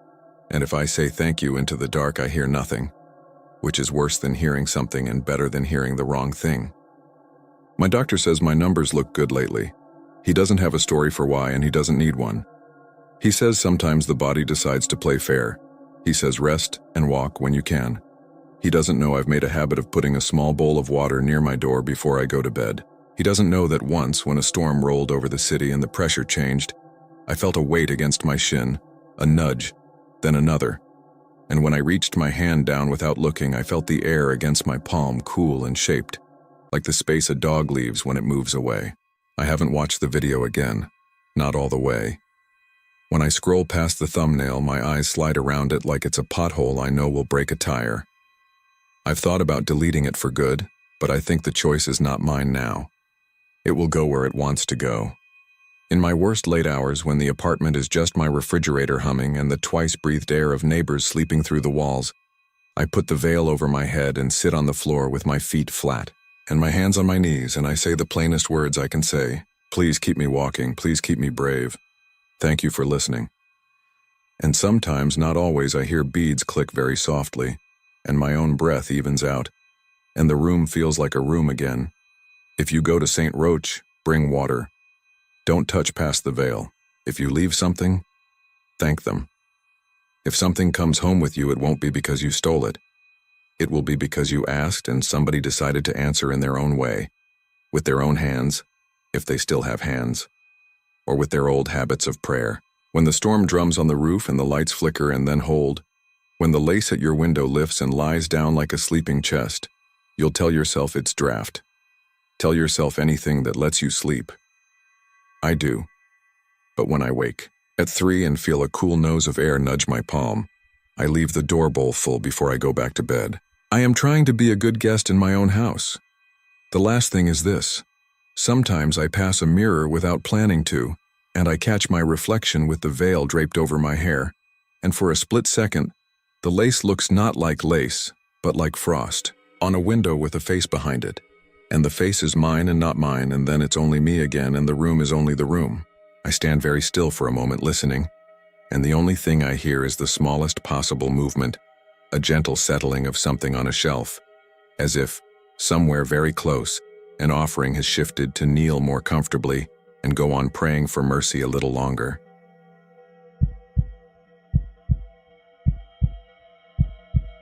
I didn't go to Florida to chase ghosts. I went because my friend Maya said I was turning into the kind of person who forgets what sunlight feels like, and she'd found round-trip tickets to Key West for less than the price of a decent jacket. I told myself I'd read on the beach, breathe salt air, sleep without the anxious 3 a.m. jolts. If you think this is another, I went on a ghost tour and something silly happened story, fine. I don't care if anyone believes me. I need to say it out loud the way I heard it on my phone because ever since that week, the sound finds me when the room is dark and I'm sure I'm alone, and I need some proof that it started somewhere outside my head. We landed in Key West late in the afternoon, the kind of humid that sticks to your eyelids and makes your shirt feel heavier than it is. Roosters pecked at parking lots like tiny pirates. Even the houses looked relieved to be there. Old conch cottages, pastel paint flaking just enough to say they'd survived a lot. Maya had picked a little rental off White Street that came with a porch, 2 rocking chairs, and a tilted palm that scraped at the gutter when the wind shifted. Her cousin Leo drove down from Miami to meet us because he was between career pivots, which is how he said unemployment with a shrug. He's one of those people who can charm free key lime pie out of a stranger just by saying it's his birthday. He kept repeating, "We're doing the cemetery," like it was a water park. I thought that sounded like bad manners in a town where the ground floods and coffins had a history of bobbing up if you didn't anchor them. The first 2 days were normal in the way vacations are. Duval Street at night, sticky drinks and loud guitars. Off-season tourists, sunburned shoulders, that thing where the ocean makes everyone imagine they're lighter and braver. We rented bikes, almost got knocked over by a trolley painted to look like a haunted carriage, and ducked into a bookstore that had more postcards than books. I slept like a stone the second night, and I remember thinking, this is how people get better. Heat and routine and no messages dinging from bosses with bleached smiles. On day 3, Maya said, "Let's go pay our respects to the dead," which is how she pitched everything unsettling in a way that dared you to disagree without sounding uptight. Leo had already Googled the quirky headstones. The one that reads, "I told you I was sick." The one with the, "At least I know where he's sleeping tonight," and the mausoleums that look like they're waiting for a hurricane to test them. We went close to sunset because the heat would be easier and the photography would be drippier, Maya's word, which I guess means shadows more forgiving. The cemetery is in the middle of town, bordered by ordinary life like a secret someone forgot to keep. The walls are low, the gates iron, and inside it's a rough patchwork of family plots and markers that sit above ground because the island refuses to hold you if you try to sink in. No one's mowing lines into a perfect green carpet. It's shells, pebbles, scruffy grass, and the sound of wind fussing through the frangipani. We weren't alone. 2 couples, a woman walking a dog that kept trying to roll in something, and a guy in a blue polo who might have been security, or just a man who likes to look official. I noticed right away that everything felt aired out, not haunted, not heavy, just honest. Names and dates and jokes on marble, like the island was still teasing those it loved. Maya stopped at the famous stone like a pilgrim who'd found a shrine. "There it is," she said, and tapped her phone to record. "The I told you I was sick guy." God, that's perfection. Leo crouched to read the smaller line beneath, like a punchline you don't want to miss. A couple in wide-brimmed hats edged close and did the same tourist thing. Selfie, chuckle, explanation to a camera no one would watch later. The woman said, "People here are so funny about death." And the man said, "Babe, if we ever move here, I want something like that." They were the type who practiced banter. I was thinking about the way wind sounds when it's full of salt, and how my mother would never forgive me for walking among graves in flip-flops, when a short laugh drifted across the plot. It was a burst of "ha," the kind kids do when they catch you at a joke. Then another. I watched the couple's faces tilt like sunflowers. It came again, closer. Crisp, a masculine chuckle shaped not by breath but by a hard edge, a distinct shape that made my arms goose up. The woman startled. "Stop," she said to her boyfriend, but he was already shaking his head and holding up both hands. "Not me," he said, then laughed too, but his looked like an apology. Maya squinted at her phone, dragged the little line back to replay. I could see the tiny waveform up and down like a heartbeat. Laughter is easy to miss here when you want a story. Wind breaks in odd ways on polished stone. But when she hit play, the sound that came from her speaker wasn't just a laugh. It was the word "babe" repeated, mocking, pitched to sound exactly like the boyfriend's voice, and then my name threaded in. "Babe, if we ever move here, Noah." My name wasn't in the conversation until then. I hadn't introduced myself to those people. I remember the sun becoming a copper coin and the back of my neck tightening as if someone had hung a chain on me. "Did you say his name?" Leo asked the woman. But the boyfriend was already looking at me like I'd slipped him a card that explained the trick. "Your phone has some kind of effect," he said, as if that would make sense of how a stranger's name echoed out exactly the way he'd just said another word. "Do it again," Maya told me. My first instinct was to leave, because I've done enough IT to know that if a device scares you, you turn it off and keep it off.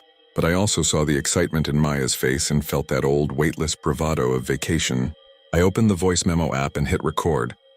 And because I couldn't think of a better place to aim it, I pointed the phone at a row of family plots where the photographs in porcelain circles had softened into ghosts of faces. Leo half joked, "If anyone's here, say hi." And we all stood there trying to be brave for each other, like kids daring someone to ring a doorbell and run. On the path nearby, a man with a key ring bigger than his hand watched us. Later, I'd learn he was a grounds worker named Alvarez, but in that moment he was just a shadow with a job. A different tourist wandered by.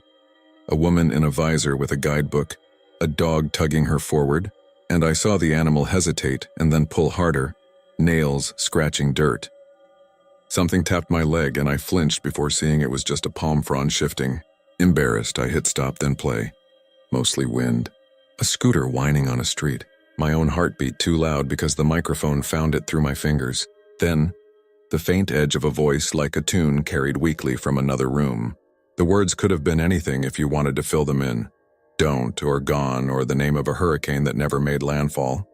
But at the end, clear as if someone leaned over my shoulder and wanted to be helpful, there was a whisper shaped like, "Found you." I dropped the phone. It bounced on the stone and flipped into the grass. Leo made a face.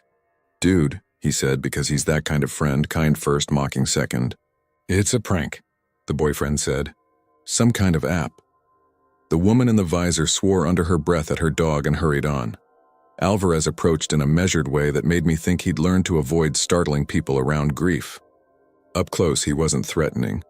Older than my dad, maybe, with strong hands and a shirt that had been washed so many times it belonged to the island more than to him. "You folks are welcome," he said. "But sunset isn't for playing around. People tidy up right before dark." There was no menace in his tone. If anything, he sounded protective. Maya explained about the recording, and he nodded the way you do when a tourist asks where the chickens sleep. "People hear things," he said.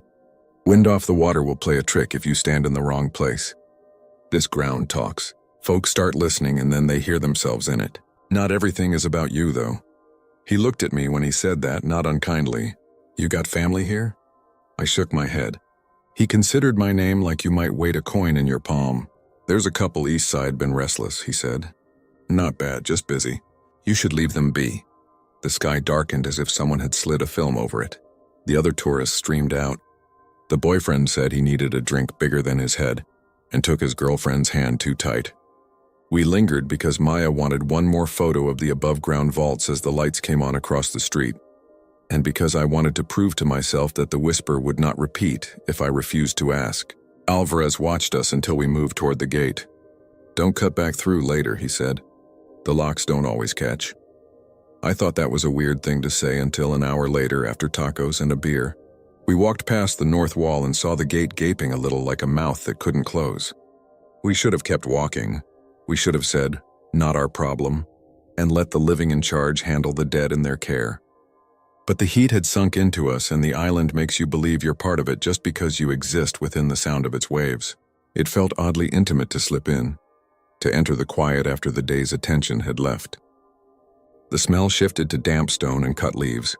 Our steps clicked and scratched. Roosters had found roosts and were silent. You can grow used to any light, and we adjusted to the spill from street lamps and the weak glow of a house window across Passover Lane. "Quick," Maya said. "We'll make sure nothing's wrong, then we go," Leo said, like we're night stewards, grinning because the work of pretending we weren't scared gave us something to do with our hands. We took the path we'd walked earlier, past the joke stones and the family names from other countries, adding syllables like stitches to the fabric of the place. The sleeplessness I'd brought from home felt lighter in the presence of names carved under a sky that didn't care. We were almost at the eastern edge, where the older plots are crowded and half-sunken, when something flickered in the corner of my vision. Not a light, not a person. The illusion you get when you've stared too long and your eye sends up a test pattern to see if you'll panic. And then I heard it. Laughter, soft and precise, not from the path but from within the narrow space between two raised vaults. It wasn't cruel. It sounded like a couple sharing a private joke. You know the kind, that tender, easy rhythm that says our lives are woven together. The way one person's inhale syncs with another's, I know. I stopped so fast Leo bumped me, and we all peered at the dark seam. "Hello?" Maya said, voice low and polite, as if she were poking her head into a neighbor's yard. I felt terrible for her even as she did it, like you do when someone waves at a stranger who doesn't see them and you wish you could make the embarrassment reversible. The laughter cut off. Silence doesn't usually feel like a decision, but this one did. I don't remember deciding to take out my phone. I just know that when fear becomes an object, you hold it up and put it between yourself and the thing you fear. And that's what my phone was. I thumbed record and, keeping a foothold on good manners, said, "Sorry for intruding." The sound that returned wasn't a whisper and wasn't loud. It had the weight of a sigh after the last sentence in a long conversation. "Married," the voice said. It sounded like an older woman. Kind, maybe, if kindness could be exhausted. And still they ask. The hair along my forearms prickled so hard it hurt. We backed away. There are moments when you feel your own life as a tether stretching back through all your choices, and sometimes the thread feels thin. We retraced our steps. The night had settled deeper into itself, and the neighborhood's noises felt like a distant party we hadn't been invited to. The laughter of strangers too far away to absolve us. At the gate, we found it stuck open by a scrap of palm frond. Alvarez's "locks don't always catch" returned to me like a warning meant to be heard twice. Back on the porch, we took turns listening to the audio. Maya sat on the steps, legs crossed, concentration like a factory spotlight. Leo paced, hands laced behind his head, pretending he would know what to do if something demanded action. The first recording from earlier, the "found you," came through again, sadder now that the night had made it a promise. The second recording, the word "married," carried a breath after that sounded like a companion waiting for the right time to speak. And then in the third file I didn't remember making, a male voice materialized. Smooth, a little amused, more receptionist at an afterlife hotel than anything sinister. "He's listening," he said, and the "he" wasn't the voice talking. It felt like the way a couple refers to a stranger outside their door who won't leave. Maya's cousin wanted answers. He searched forums, collections of local lore, an article about the restless couple of Key West. The story was messy in the way real life is. A husband and wife who'd quarreled about where to spend eternity. Families who disagreed on which plot belonged to whom. A compromise made, then undone, then remade when a storm washed a boundary line away. The phrase "at peace" appeared in half the accounts like a truce declared by people who weren't actually present. Other pieces insisted they were together now, side by side in a corner you could find if you knew which scrubby hedge to count from. Leo found a headstone photograph that showed an epitaph you could take as tender or sarcastic. Still together. The comments argued over the tone like people who hadn't learned that kindness doesn't need witnesses. We didn't sleep well. Wind threw beads of rain against the shutters toward morning, and in the blue before sunrise, a rooster crowed and then immediately got into a fight about it with another rooster. I checked my phone the way you check for a heartbeat. There was a new memo with no timestamp I recognized. It began with the murmur of waves and then the word, "today," spoken by a woman who sounded like she had been awake for longer than she wanted to be. Then a pause that lasted until I thought it would break my nerves. Then Noah, my name. Like someone reading it off a paper, she finally unfolded. I didn't tell Maya for 10 minutes. I watched the paint on the porch railing, chip like skin after a sunburn, and tried to figure out how I could have recorded something in my pocket while hearing my name in a cadence. That knew me. We planned to spend the next day on the water to shake it off. The ocean doesn't care about your stories. It makes its own. The wind had cleaned the sky. We took a cheap charter with a captain who wore sunglasses so reflective you could watch yourself, try to be brave in them. He talked about Tarpon like they were a sports team that had wronged him. The boat slapped the chop, and for an hour, the only voices in my head belonged to gulls and Maya telling Leo he was bad at sunscreen. When we cut the engine near a sandbar, the silence felt like the moment you expect a chorus to start and it doesn't. "You're quiet," Maya said, but gently. I told her about the "today" memo. She pulled my phone from my hand and scrolled, then shook her head. "It must have been cached audio," she said. "I've never heard a sentence try so hard to be normal." "It wasn't my phone then," I said. "It was my name." Leo opened a beer, looked at it as if it might answer something, then closed it again. Back on land, we avoided the cemetery, but it didn't avoid us. That afternoon, sitting in a cafe with a fan that squealed every 7th rotation, we heard laughter behind us that made all three of us stiffen. It wasn't loud. It wasn't taunting.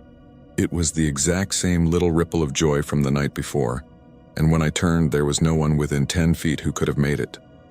The barista's face pinched like she'd bitten a lime. Out on the street, a ghost tour guide in a straw hat told a cluster of visitors about a kind couple who never agreed on anything until they did. And I had the thought that stories are like birds. We teach them to stay by, feeding them and then act shocked when they don't migrate. On our last evening, we felt ridiculous enough to go back and say goodbye like you might to hosts who tolerated you. We timed it to daylight. Alvarez was there, replacing a wilted bouquet with something less tired. He watched us approach and nodded like he'd been expecting us to apologize for a scuffed floor. "We're leaving tomorrow," Maya said. We wanted to pay our respects. He pointed with his chin toward the east side. "That way," he said. "If you gotta." We followed his direction to a plot that looked like hundreds of others until you were close. One stone had a hairline crack that split a name the way a dispute cuts through a family. The other bore a date that predated a hurricane locals still used as a measure for other sorrows. There were small things, conch shells, a coin polished by too many thumbs, a tiny bottle with a faded ribbon that said strangers had tried to be kind. Leo hadn't brought anything to leave, so he took off his cheap beaded bracelet and looped it around a ceramic flower. It looked ridiculous and sincere. "Thank you for letting us be ridiculous," Maya said half under her breath. And for a second I thought that would be the right ending.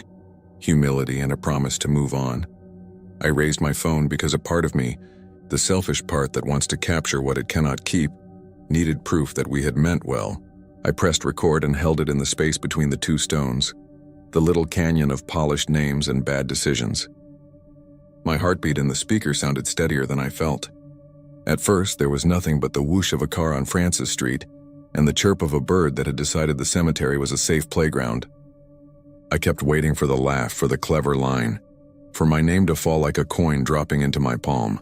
Instead, there was a quiet that felt like a door closing without malice.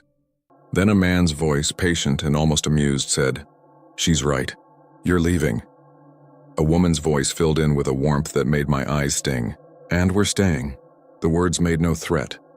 They sounded like a couple finishing each other's sentences the way people who have been married a long time do even after fury and grudges. I hit stop because I didn't want anything else. I didn't want to be invited to hear more. We walked back to the gate in a hush that wasn't afraid. Alvarez met us there, neither smiling nor stern. Some folks are busy because they were busy when they were breathing, he said like he was offering a weather report. Don't make work for them. Maya said, thank you, and he nodded at her braceletless wrist like he knew what we had left behind. As we stepped onto the sidewalk, he added, you'll be fine if you don't keep asking them to come along. It sounded like advice for more than one kind of adventure. We went to dinner. We watched the sky turn into a postcard and then into a dark that smelled like fruit and salt. We said brave, silly things about how we'd tell the story when we got home, how we'd leave out the parts that made us seem naive because that's what you do to be entertaining. I'm home now. The humidity here is different. The roosters are silent, replaced by the neighbor's dog that barks at the same ghost every night. I keep my phone face down. It doesn't matter. When the room is quiet enough, the laugh arrives like a minor key in a familiar song. Sometimes it's accompanied by the sound of a second inhale, that intimate wee that haunted me until I understood the simplest part. They weren't mocking us out of cruelty. They were practicing being together, the way you might hum under your breath because the person you love is cooking and the house smells like something good. Still once at 3:10 a.m., my screen lit with a memo I hadn't recorded. The label said today again, and the waveforms looked like a heartbeat learning to walk. I listened. It was 30 seconds of nothing to anyone else, faint traffic, the static of my blood in my ears, and then a voice I can't place, feminine, patient, said my name as if reading it off a program at a ceremony. She pronounced it with the slight smile of someone happy to see an old guest, and then soft, the same phrase that's been stitched into everything since, found you. I want to say that I've handled it logically, that I turned off the phone and slept and woke to a regular day. And most mornings, that's true. Work, the familiar coffee shop, the ordinary idiot problems that insist on themselves. But once a week, sometimes less, sometimes more, I wake to find the bracelet Leo left wrapped around some object in my apartment. A lamp pole, my bike handle, the neck of a wine bottle, though I've never moved it from the bowl by the door. It looks wrong everywhere it appears and then right again in the bowl, like the tide touching and leaving. I tell myself it's a joke I don't remember telling. I tell myself people misplace things. I tell myself if I don't press record, nothing can follow me. But when the heat comes, on the first truly muggy day of the year, it's enough like Key West to make the air sound like someone about to laugh. That's when I check my phone and see a memo with no time attached. I play it. It's always the same couple finishing each other's thoughts across a space too narrow for anyone else to fit. Sometimes he says, content, we were busy. Sometimes she says, kind, you should leave it be. And sometimes, last night. For instance, what I hear isn't a laugh or a warning, but a single practical question, spoken in a tone that makes me feel like a guest again, standing at a gate that won't latch. Are you coming? The voice asks, not impatient, not eager. It's an invitation from people who have discovered that staying is its own kind of journey. I don't answer. I don't press record. I set my phone face down and wait in the dark for the sound that always comes a few seconds later. A gentle, private laugh, as if they've decided for me.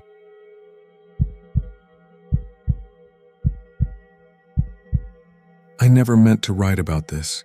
People at the cemetery trade stories the way mechanics trade jokes, and if you repeat one too many, you become that guy who spooks the summer hires for attention. I'm not that guy. I like quiet. I like things that start and stop when they're supposed to. That's why the sound of a golf cart at 2:11 a.m., coming from a hill no one had signed out to service, pulled at me like a thread I couldn't stop picking. I worked nights at Allegheny Cemetery in Pittsburgh, Lawrenceville side, with the river fog creeping up from the Allegheny and collecting in the hollows. If you've never been, it's not one of those cramped churchyard patches. It's huge rolling, with old maples and monuments that look like they were built to outlast the weather. My shift is mostly small things.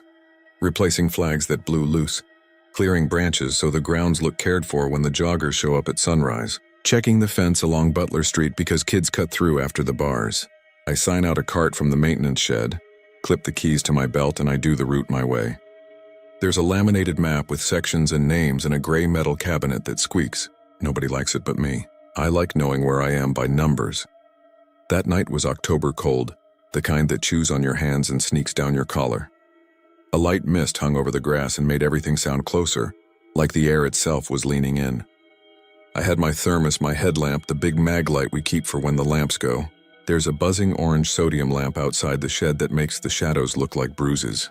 I signed out Cartmer 4 at 10:07 p.m. Like always. Wrote branch sweep east slope in the book and set off. Around midnight I radioed Marlene, the supervisor on nights that week, to say the B-lot gate was chained but somebody had loosened the top loop. She grumbled that she'd talk to the day crew. I like Marlene. She's old school, keeps a pack of mints in her pocket and calls you kid even if you're 40. She's one of the three main people in this story.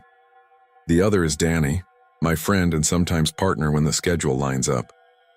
He calls me professor because I read grave inscriptions out loud when we pass like I'm giving a tour. He was off that night.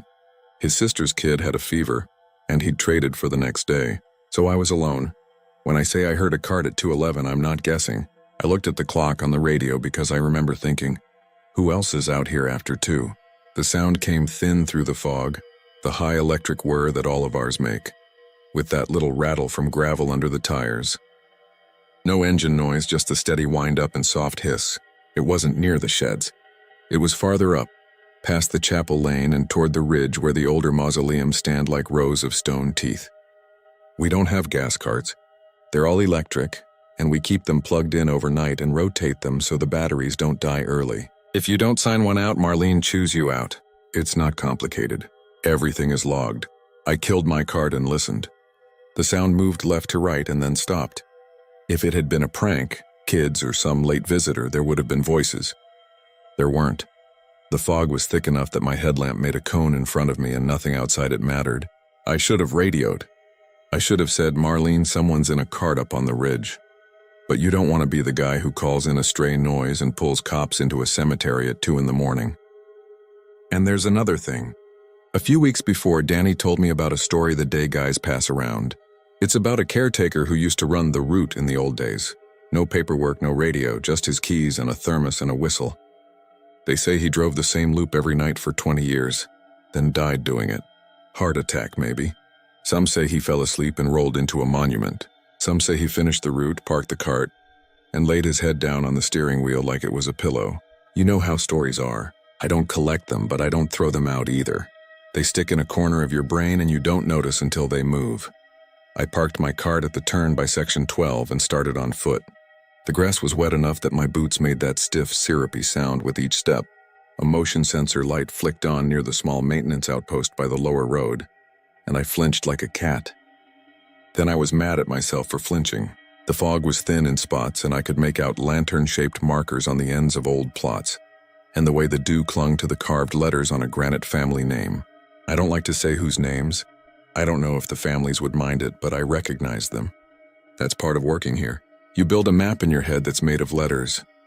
The whir came again, a quick burst like someone tapping the accelerator and letting it go. Then it was quiet. I raised the mag light and cut the beam. Right then I would have believed anything. A deer stepping onto the road would have fit the sound, or a tired worker doing a last loop, or even some neighbor from the houses along Penn Avenue taking a shortcut on a stolen cart. I didn't get a chance to decide what I believed. A white shape slid across the far edge of my light and vanished behind the shrubs that line the path they call the caretaker's route. We don't use that name officially. It's just a thing the older guys say. It's a narrow service route that loops from the gatehouse up past the memorials and back around the ridgeline, with a tight right turn by the old receiving vault where the pavement buckles from roots. People like things with names. It makes them easier to talk about. I followed because that's what you do when something is out of place in your place. You set it back. The caretaker's route is quiet even in daylight. At night it felt like walking the inside of a held breath. There are little plaques where storms took down trees, a date, a species. My beam found one. Sugar maple, 1998.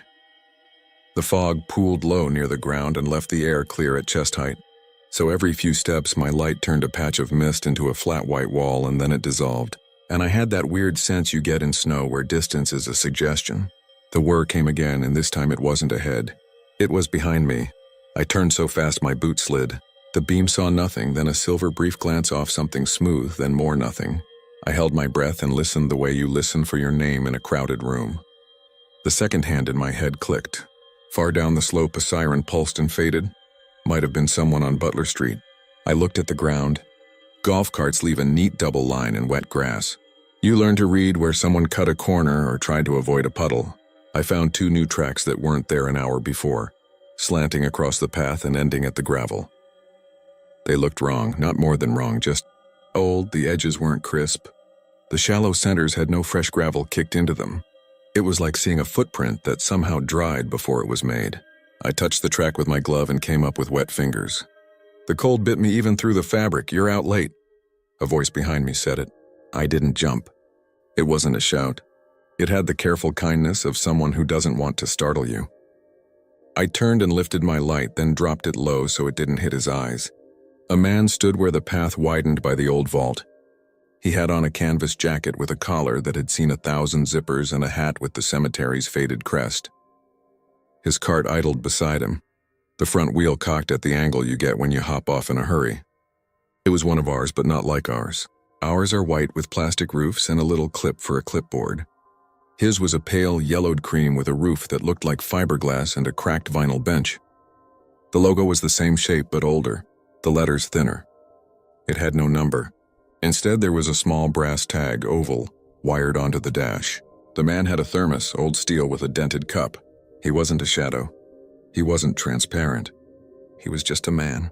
He smiled the way you smile when you recognize a co-worker from a different shift. You got the ridge tonight? He asked. I'm supposed to, I said. My mouth was dry. I heard a cart. Thought maybe somebody forgot to sign out. He nodded like that made good sense. Sometimes the pen doesn't catch, that's all. You doing the flags yesterday? Yeah. You line 'em up nice. Kids bend 'em, they don't line 'em up again. You do. I didn't know what to say to that.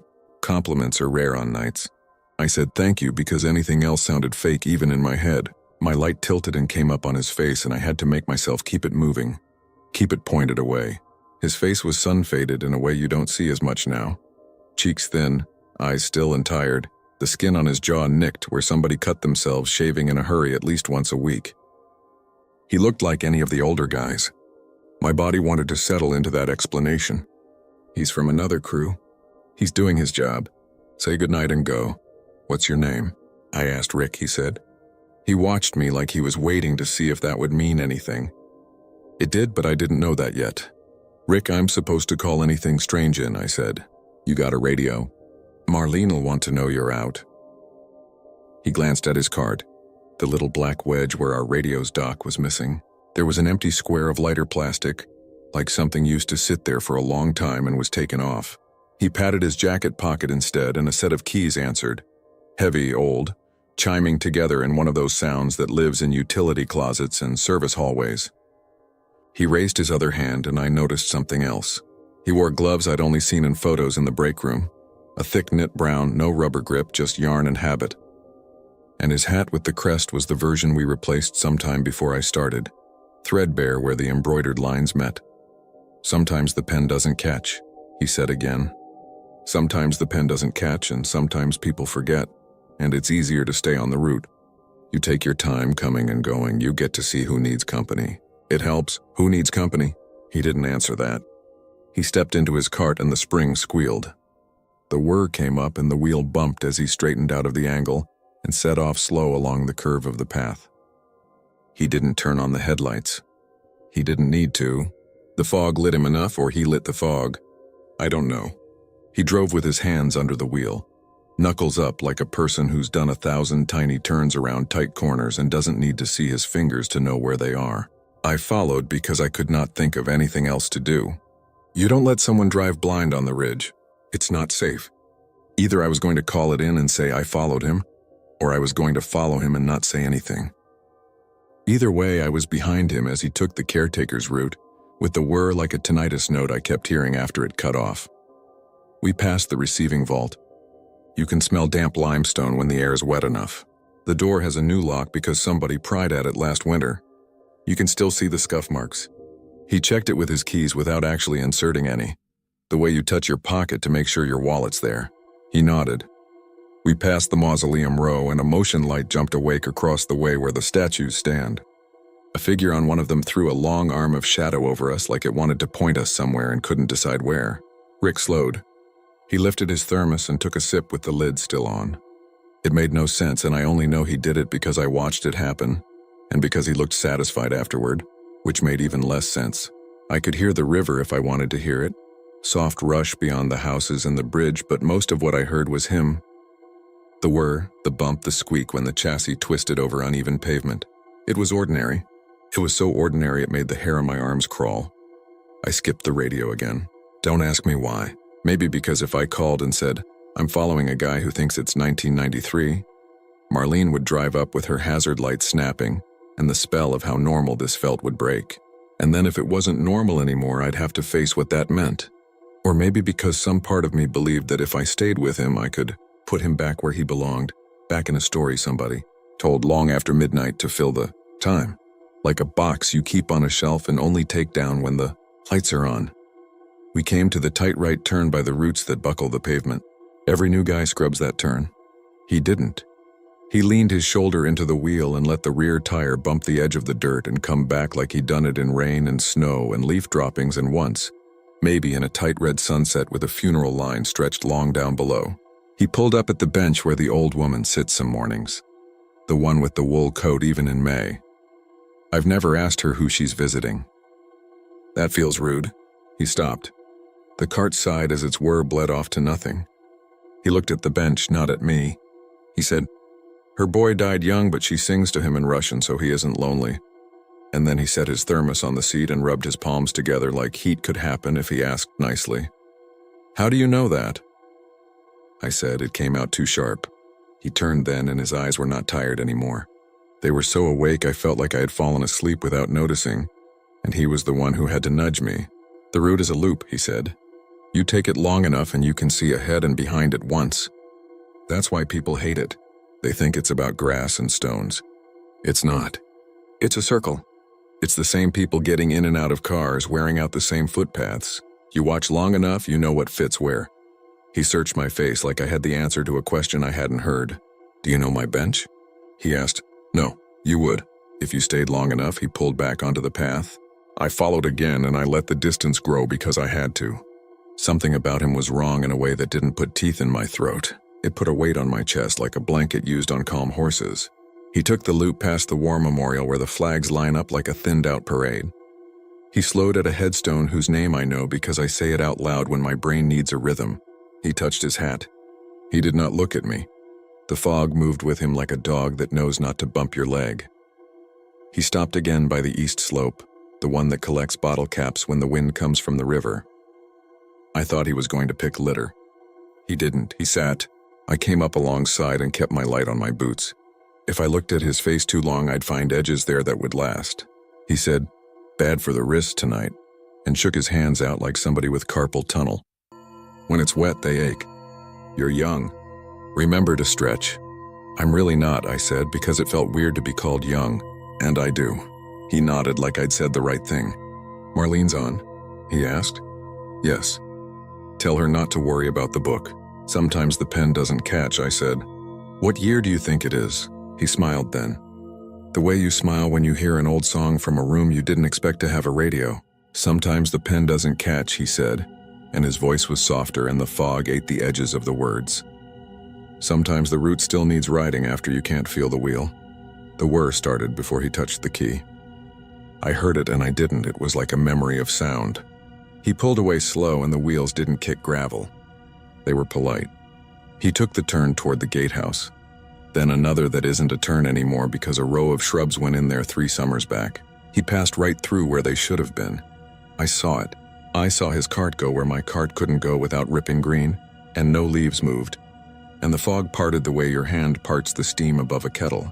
And then he was gone around a corner that has not existed since I started. I ran after him. I'm not proud of that. I ran like a kid, headlamp bouncing stupidly, breath loud like someone else was doing the running for me. At the gatehouse, the night security guy, Leon, had his feet up on the little stool. He lowered them when he saw me because he's polite, and because he doesn't want me telling Marlene he naps. I tried to look normal. I said someone was out on a cart and he said nobody had come through. His coffee smelled like sweet cream. He asked if I wanted to check the sign out. We went into the little office with the peeling white paint and the corkboard where the day shift posts bake sale notices. There's a metal desk with a drawer that's permanently bent. The sign-out book sat on top, open to the night. It had my 10:07 and 2 lines later in a different hand, a 10:28 for a cart number 2 that Danny signs out when he's here. The name next to it wasn't Danny. It was R. Mallory in a careful block print that had bled a little where the pen pressed too long on the downstrokes. "I didn't see anybody at 10, Leon said. "Nobody came through." "You got cameras," I said. "We'll see them." I wanted to hear myself be reasonable. I wanted to prove to the part of my voice that was trembling that there's a clip for everything. A rectangle with pixels that add up to a person who opens a door and walks through, and the door shuts and the rectangle can be rewound and paused and pointed to. Leon shrugged. "Feed's squirrely tonight," he said. "Fog plays tricks. I can roll it back." He rolled it back and the screen showed the gatehouse door from high across the room, a fisheye view that makes everyone look like their legs don't know about their shoulders. We watched me come in at 2:31 and point at the sign out. We watched me circle the desk with the discreet panic of someone afraid they're going to cry in front of another man. We rolled back to 10. There was an empty room. There was a clock in the corner that said 10:28. There was the book closed. Nobody came in. Nobody wrote anything. At the bottom edge of the screen there was a blur like a sleeve. It flickered, then steadied, then flickered. The blur leaned over the desk and the book opened all by itself as if the weight of an invisible arm settled on the page. The shape of a hand that wasn't there took a pen that wasn't there and pressed down in steady strokes, and the page accepted 4 letters, then a pause, then a dot that hung in the air an extra second like a caught breath. R. Mallory, 10:28. "Cartner 2, Leon said. Huh. Like the world had just become a magic trick and he wasn't sure if he should clap. I took my radio off my belt and pressed the button. It stuck. The rubber around it has a crack and sometimes it gums when it's cold. I had to pick at it with my fingernail. When it popped loose, the noise that came out was the sound of the cart's whir, even though nobody was touching the key. I let go. It cut off. I pressed again and it was just static. Leon said, "Fog plays tricks." Again. Because he is a man who likes things to be in order, and the phrase is another way of making a box for what doesn't fit. I didn't tell Marlene right then. I finished the rest of my sweep. I walked more than I rode. The fog lifted a little and I could see the high blinking lights on the 40th Street Bridge like red punctuation in the dark. I listened hard for the whir and only heard my boots and one fox barking somewhere outside the fence. At 3:42 I looped back to the shed and plugged Cartboy 4 in and I wrote, "Branches cleared, gate checked, flags in the book on my line," and I did not look at any other line. In the morning I got 2 hours of sleep in my little apartment over the bar on Penn Avenue, the kind of sleep where your brain keeps your eyes open behind them. And then I went back because days are friendlier. People eat donuts in daylight and laugh in short bursts and call each other by last names like they're baseball coaches. I needed that. Marlene pulled me by the elbow before I had my coffee. "You see the sign out last night?" she asked. I said yes. She tapped the book with a fingernail she keeps clipped short and square. "Haven't seen that name in a while," she said and waited. I didn't make her say it. "Rick Mallory," I said. The way she looked at me decided something old between us that we hadn't known was undecided. She had that look you wear when you choose not to laugh because you don't want to be the person who makes it hard for someone to tell you a truth. "He was before my time," she said. "But my first supervisor knew him. He died on the route." Hart just stopped. They said he parked the cart like a gentleman and put his head down like he was tired. "What year?" I asked. 94? 5? She frowned. 30 years. "Don't put it in your reports." "Not because I don't believe you." She ran her thumb over the R like she was taking a splinter out of her own hand. "Because nobody needs to read that." "It's not a thing you fix," I said. "Why does he sign the book?" "So you know you're not alone," she said. "So you keep the route." At lunch, Danny came in jangling his keys and telling me about his nephew's fever breaking and the way toddlers bounce back like rubber balls. I told him and watched his face go serious the way it does when a prank is on deck and he doesn't want to play. "Marlene ever show you the old map?" he asked. He went to the squeaky gray cabinet and hauled out a folio I'd seen and never opened, because the elastic was broken and those are the kinds of things I don't touch unless someone says. Inside was a hand-drawn loop in pencil, a path through sections that changed names since, connecting dots on the hill like a slow constellation. In the corner, someone had written caretaker's route in a neat script. The date said 1978. A coffee ring turned one of the 8s into a teardrop. In small letters below, someone had added RM. I didn't sleep well after that. When you spend your nights with names that people carve to be permanent, you respect them. You speak softly without noticing, but the route is ours, not theirs. It's for the living. It's for the little stupid things. Straightening flags, taking glass off stones, making sure the ancient woman with the wool coat has a bench that's not slick with algae. That day, the route stretched long in my head like a rubber band I'd overpulled. And every time I shut my eyes, I saw a brass oval tag on a dash with a loop of wire through it and no number. 2 nights later, fog again. Thinner, but still enough that the lamps had halos. The whir started at 1:53 this time, up by the section where the stones are low to the ground and the paths are more like thoughts than roads. This time I radioed before I moved. I said, "If you see cart number 2, it's not me," and the channel stayed quiet like the system was listening on purpose. I put the cart in neutral and rolled to lessen noise, which is silly because the gravel still spoke. I took the caretaker's route because you don't cut cross when the grass is wet unless you have to. When I came around the bend by the vault, the bench had the old woman's wool coat folded on it like a visitor had left for just a minute. There was a folded paper cup on top, the kind you get water in from a cooler at a ball game. The coat wasn't damp. It should have been. I found tire tracks again at the place where shrubs used to break the shortcut. They went where the path used to be, not where it is. And they stopped mid-curve turn, which is not a thing that tracks do. Because tracks are the memory of a thing moving, and memories do not stop unless the thing stops. My light found a set of keys lying in the grass by the old line of the path, half pressed into the earth like someone had set them down, and then the grass had grown around them. They didn't look rusty. The fob was leather, cracked, stamped with the crest we don't use. The ring had a small brass oval wired to it, hand-stamped letters that read, "Root." I didn't touch them. I wanted to. The way you want to touch an animal that's not yours. I didn't because I heard the whir right behind me like a breath on bone.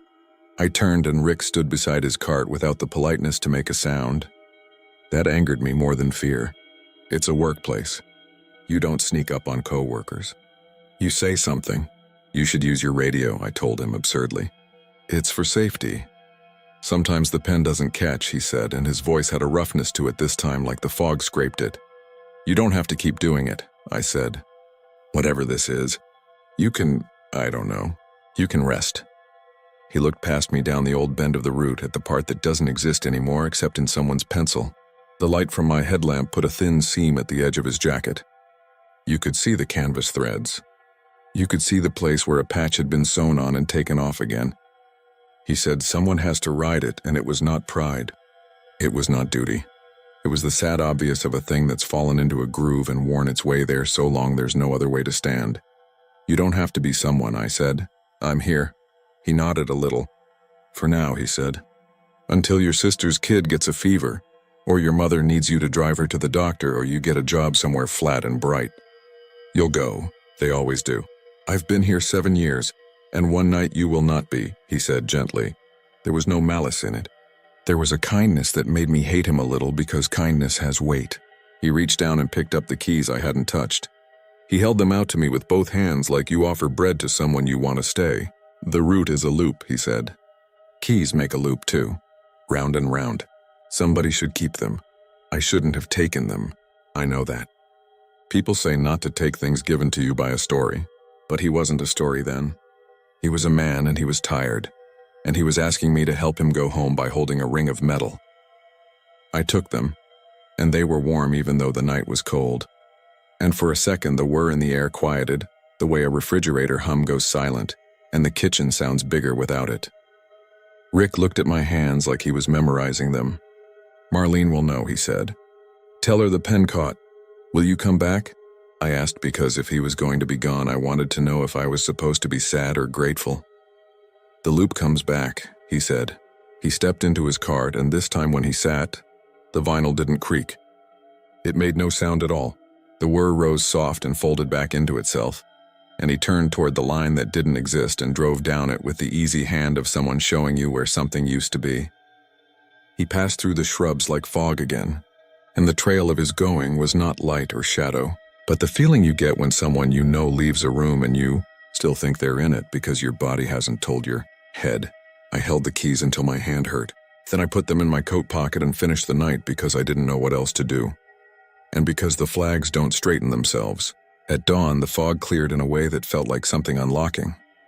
The old woman with the wool coat came up the hill with a paper bag that clinked, and she sang a little bit under her breath in a language I don't speak. And she touched the bench like you pat a dog's head. I wanted to ask her if she remembered a man with a dented thermos. I didn't. I gave the keys to Marlene on her first cigarette of the morning. She didn't smoke in front of me much, she's polite like that, but she'd lit up before she saw me. I handed them to her without the story, and she took them without surprise. She turned the brass oval in her palm. Her eyes got shiny and then did not. "We used to keep these in a drawer," she said. "They went missing after his funeral. Or maybe no one looked hard." She put them in her pocket. "I'll put them back," she said, and I don't know which back she meant. After that, the sound came less. It's been months now and I hear it only sometimes, far off. Like the last car on a highway you forgot was there. When it comes, it doesn't make me jump. It makes me check the flags with more care. It makes me say the names out loud in the old part where the stones lean. Danny says I look farther away when I'm standing still. He says my route takes longer and I tell him that's because I'm thorough. He doesn't argue. He's a good friend. We had new cameras installed after the fog night. They feed to a better monitor that doesn't fisheye your legs. They're supposed to be harder to trick. A week after that, Leon told me the footage kept glitching at 10:28. "Like the clock stutters," he said. "Like it gets stuck on a number." I didn't ask him to show me. I like the idea of not knowing things on purpose. It's a boundary. We need those here. Everyone does. Sometimes driving the loop, I take the tight turn by the roots and I don't scrub it. My hands go under the wheel without thinking. My wrists remember a stretch they didn't do. My radio catches static that sounds like a breath. Once, just once, I pulled up at the east slope and a thermos was sitting on the bench.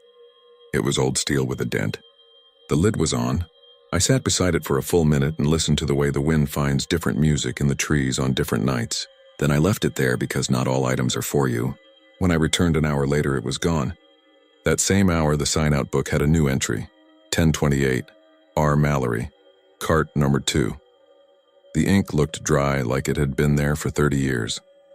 If you go to Allegheny at dawn, you might see a man in a canvas jacket check a lock without turning a key. You might hear a whir where the fog thins. If you look down, you might see tire tracks that begin and end wrong in the wet grass. If you're me and you sign out cart number 4, you might feel a weight. To the keys Marlene still keeps in the gray squeaking cabinet, the set with the brass oval that says route, like a coin you carry for luck that doesn't belong to you but rides your pocket anyway. And if you're anyone, and you walk the caretaker's route long enough, you might notice it feels like the loop was drawn around you rather than you choosing it. Like a simple line someone sketched on paper that found a way to be real ground and asphalt. And the more your boots know it, the more it knows you back. I don't know what the rule is for a man finishing a job he started 30 years earlier.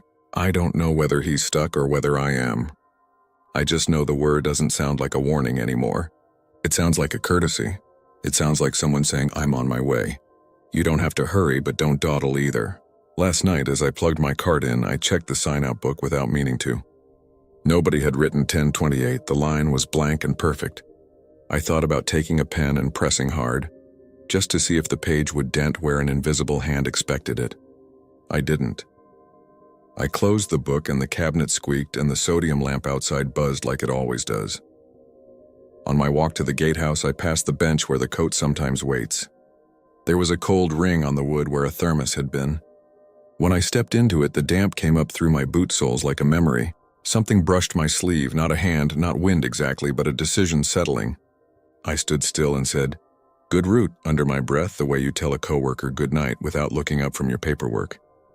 The air made no answer I could hear. Somewhere on the ridge, a cart whirred, quick and light, and then quieted like a breath held and let go. When I let myself out the gate onto Butler Street, I had the sense I get sometimes leaving late movies, that the world outside the theater is too bright and people are loud on purpose, and that if you turned back, the screen would still be glowing by itself. Some nights, Walking up my stairs over Penn Avenue with the hum of the bar below and the TV glow through somebody's uncurtained window. I hold my keys and they feel heavier than they should, and my hand keeps wanting to circle them. Loop and loop. The way you do when you're nervous and you don't know you're nervous. I sleep and sometimes I don't. When I do, I dream of a path that goes where shrubs used to be, and a cart that moves polite, and a man who does not stop because stopping is not in the route. I wake up with the sound in my ears and the simple certainty that tomorrow night, if the fog lifts just wrong, I'll hear it again, and I'll check the book at the gatehouse, and whether the pen catches or not, someone will have made the loop.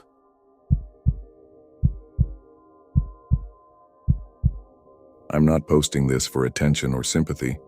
I just need someone to tell me if what I saw has a name, or if it's one of those things you carry alone until it eats a hole through you. I work as a visiting nurse in Seattle. Most of my days are ordinary.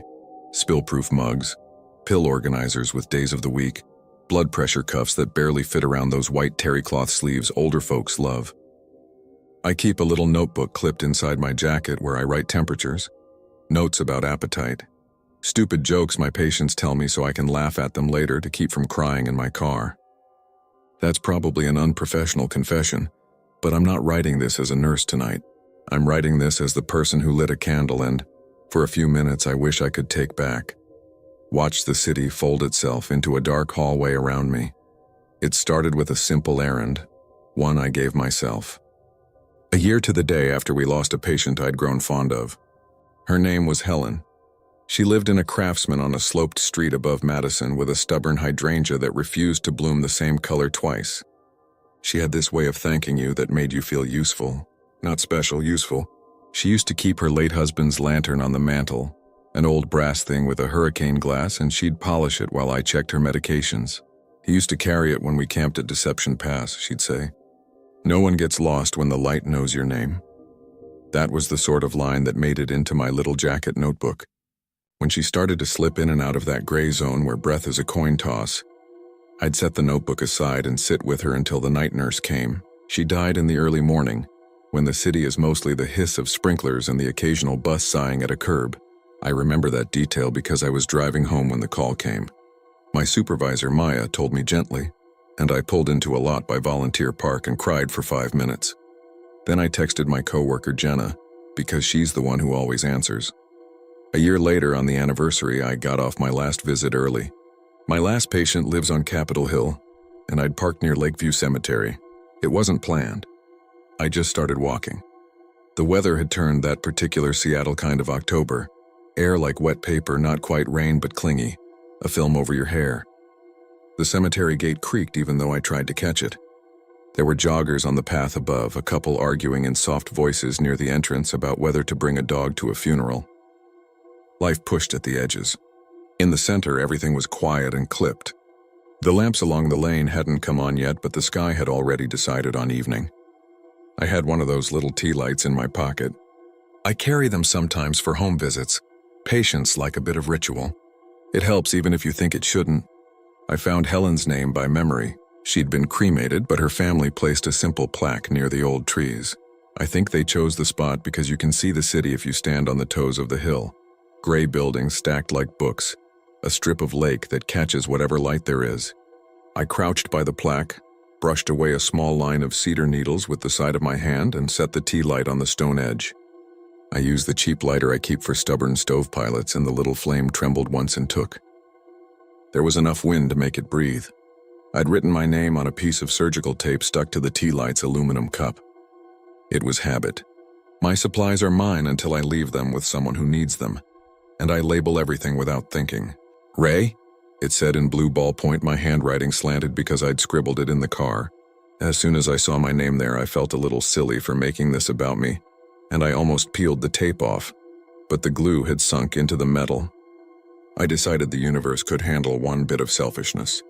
I tucked my hands in my jacket and breathed, and I told her out loud that I still missed that laugh of hers when she made fun of the hospital commercials. That's when the first other light blinked on, maybe 20 feet away. It wasn't a lantern yet, just an ember really, like someone cupped their hand over a match. I figured it was someone else, another family, and I was about to stand and give them privacy when another flame started on the opposite side, then two more farther back. It felt choreographed, which sounds dramatic. But if you've ever watched a neighborhood turn on its porch lights at dusk, you know the rhythm. Something else lit, then another. My first stupid thought was that the cemetery had installed new pathway lights, but these were scattered in the wrong places. Two at the base of an angel statue, one tucked near a small child's headstone with carved lambs, three in a row beside a granite bench where someone had left a thermos and a newspaper folded to the weather page. I told myself what all nurses tell themselves when something doesn't fit the symptoms. Check. Don't jump. I walked toward the nearest one, which sat on a polished rectangle that bore a family name I didn't know. It wasn't a tea light like mine. It was a small glass lantern, the kind you'd set on a porch in summer. Brass cap, little star cutouts. Inside, a candle stuttered. On the handle, a white strip of tape fluttered in the damp air. It was surgical tape, and someone had written in blue ballpoint slanted the way I slant. Ray. I put my hand out and stopped before touching. Maybe it was a trick of the light. I bent closer. The same caps lock R I've hated since 3rd grade because my teacher circled it and wrote too dramatic. The same tail that I put on my E when I write fast. I looked over my shoulder like there was a camera crew behind me, like I was on a show and they were about to jump out and laugh. The cemetery was what it always is at dusk. Wind through high branches, the wet squeak of my shoes when I shifted, a quiet cough from the couple near the gate who were now walking down the lane holding hands as if the argument had been shelved. I backed away. Another lantern to my left flared a little brighter, like it had been waiting for me to notice. I crossed to it, slower this time. It had the same tape. Ray. I didn't breathe for a second, afraid to fog the glass and make it seem like my imagination had painted the letters on. I followed the curve of the lane, and the cemetery opened like a palm, each finger a path with stones like knuckles rising. And I saw more lanterns, dozens, scattered across both the older section with the names that sounded like streets and the newer stones with laser-etched photographs of people smiling, forever. It took me too long to realize they formed a shape. I stepped back as far as the path allowed, careful not to put my foot in the mud under a mossy curb. From the slight rise, the lanterns drew a line that curved and then doubled back. It was almost an arrow, but the tail fanned wider like a lanternfish's fin in a biology textbook. The point lined up with what looked like a dark seam between 2 rows of graves. I followed it because not following felt worse. On the walk, I called Jenna. It wasn't panic. It was protocol. She answers. Hey, she said. I could hear the radio in her kitchen. The public radio host who talks like molasses. You off? I'm at Lakeview, I said. I did something stupid. I lit a candle for Helen. Saying her name cleared me a little. That's not stupid. That's sweet. There are these lanterns, I said, and they have my name on them. She laughed in a kind way. They probably bought tape in bulk. Jenna, I said, and put the tremor of my voice into the syllables. It's my handwriting. She was quiet then, and I could hear her phone shifting. Okay. Are you having a low blood sugar thing? Did you eat since lunch? I'm fine, I lied. Just stay with me. I kept her in my ear while I walked, naming what I saw the way we do in training when we cross-check each other. Bench, wet leaves, statue, lantern on the right with tape, lantern on the left without, tape under the handle. Ray again. My breath made little clouds. The air smelled like fur sap and the sharp bleach of my own sanitizer. I realized I'd been squeezing the tiny bottle in my pocket like a stress ball. The seam I'd seen was a narrow maintenance road that dipped behind a hedge. The lanterns drew their fishbone line straight across it. Past the hedge, the ground sloped into a quieter, slightly lower portion that I didn't remember. It felt set back like a room behind another room. I think they put newer plots there, or maybe they hold ones for people who like the view. The city felt far even though a siren moaned somewhere and the chug of a bus drifted up and around like a memory of conversation. Describe where you are, Jenna said. Voice steady. Lower section, I said. Hedge with a break. There's a big cedar with a broken limb. Stay on the path. Don't step on anything, you know? I know, I said, and my foot already hovered over a small flat stone I hadn't seen. I corrected it in the air like I was dancing. There at the very point of the arrow, a lantern burned brighter. I think it was because the glass was cleaner than the others. It sat on the ground in front of a small, temporary plastic marker, the kind they use until the real stone is carved. The plastic peeked out of the soil like a placeholder in a library book. The name slot was empty. The date lines were empty. But there, stuck to the plastic frame, a piece of tape with my name on it. Ray. It was crooked. I always put tape crooked when I'm in a hurry. My heartbeat crawled up into my throat.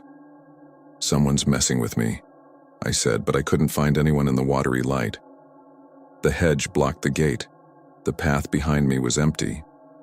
The slope down to the fence and the road below held only grass and stones and a crow hopping sideways like it was trying to decide if I was about to feed it. Ray, Jenna said, where exactly are you? Can you send me a location? I looked at my phone and saw the little blue dot stubbornly hovering, unsure, like it couldn't decide what to do with elevations. I thumbed a pin and sent it. The phone lagged, churned, and then showed that little delivered check. The lantern in front of the plastic marker gave a sharp pop, the sound of wax spitting. I flinched. The flame licked higher, for a second tall as a match, then sank again.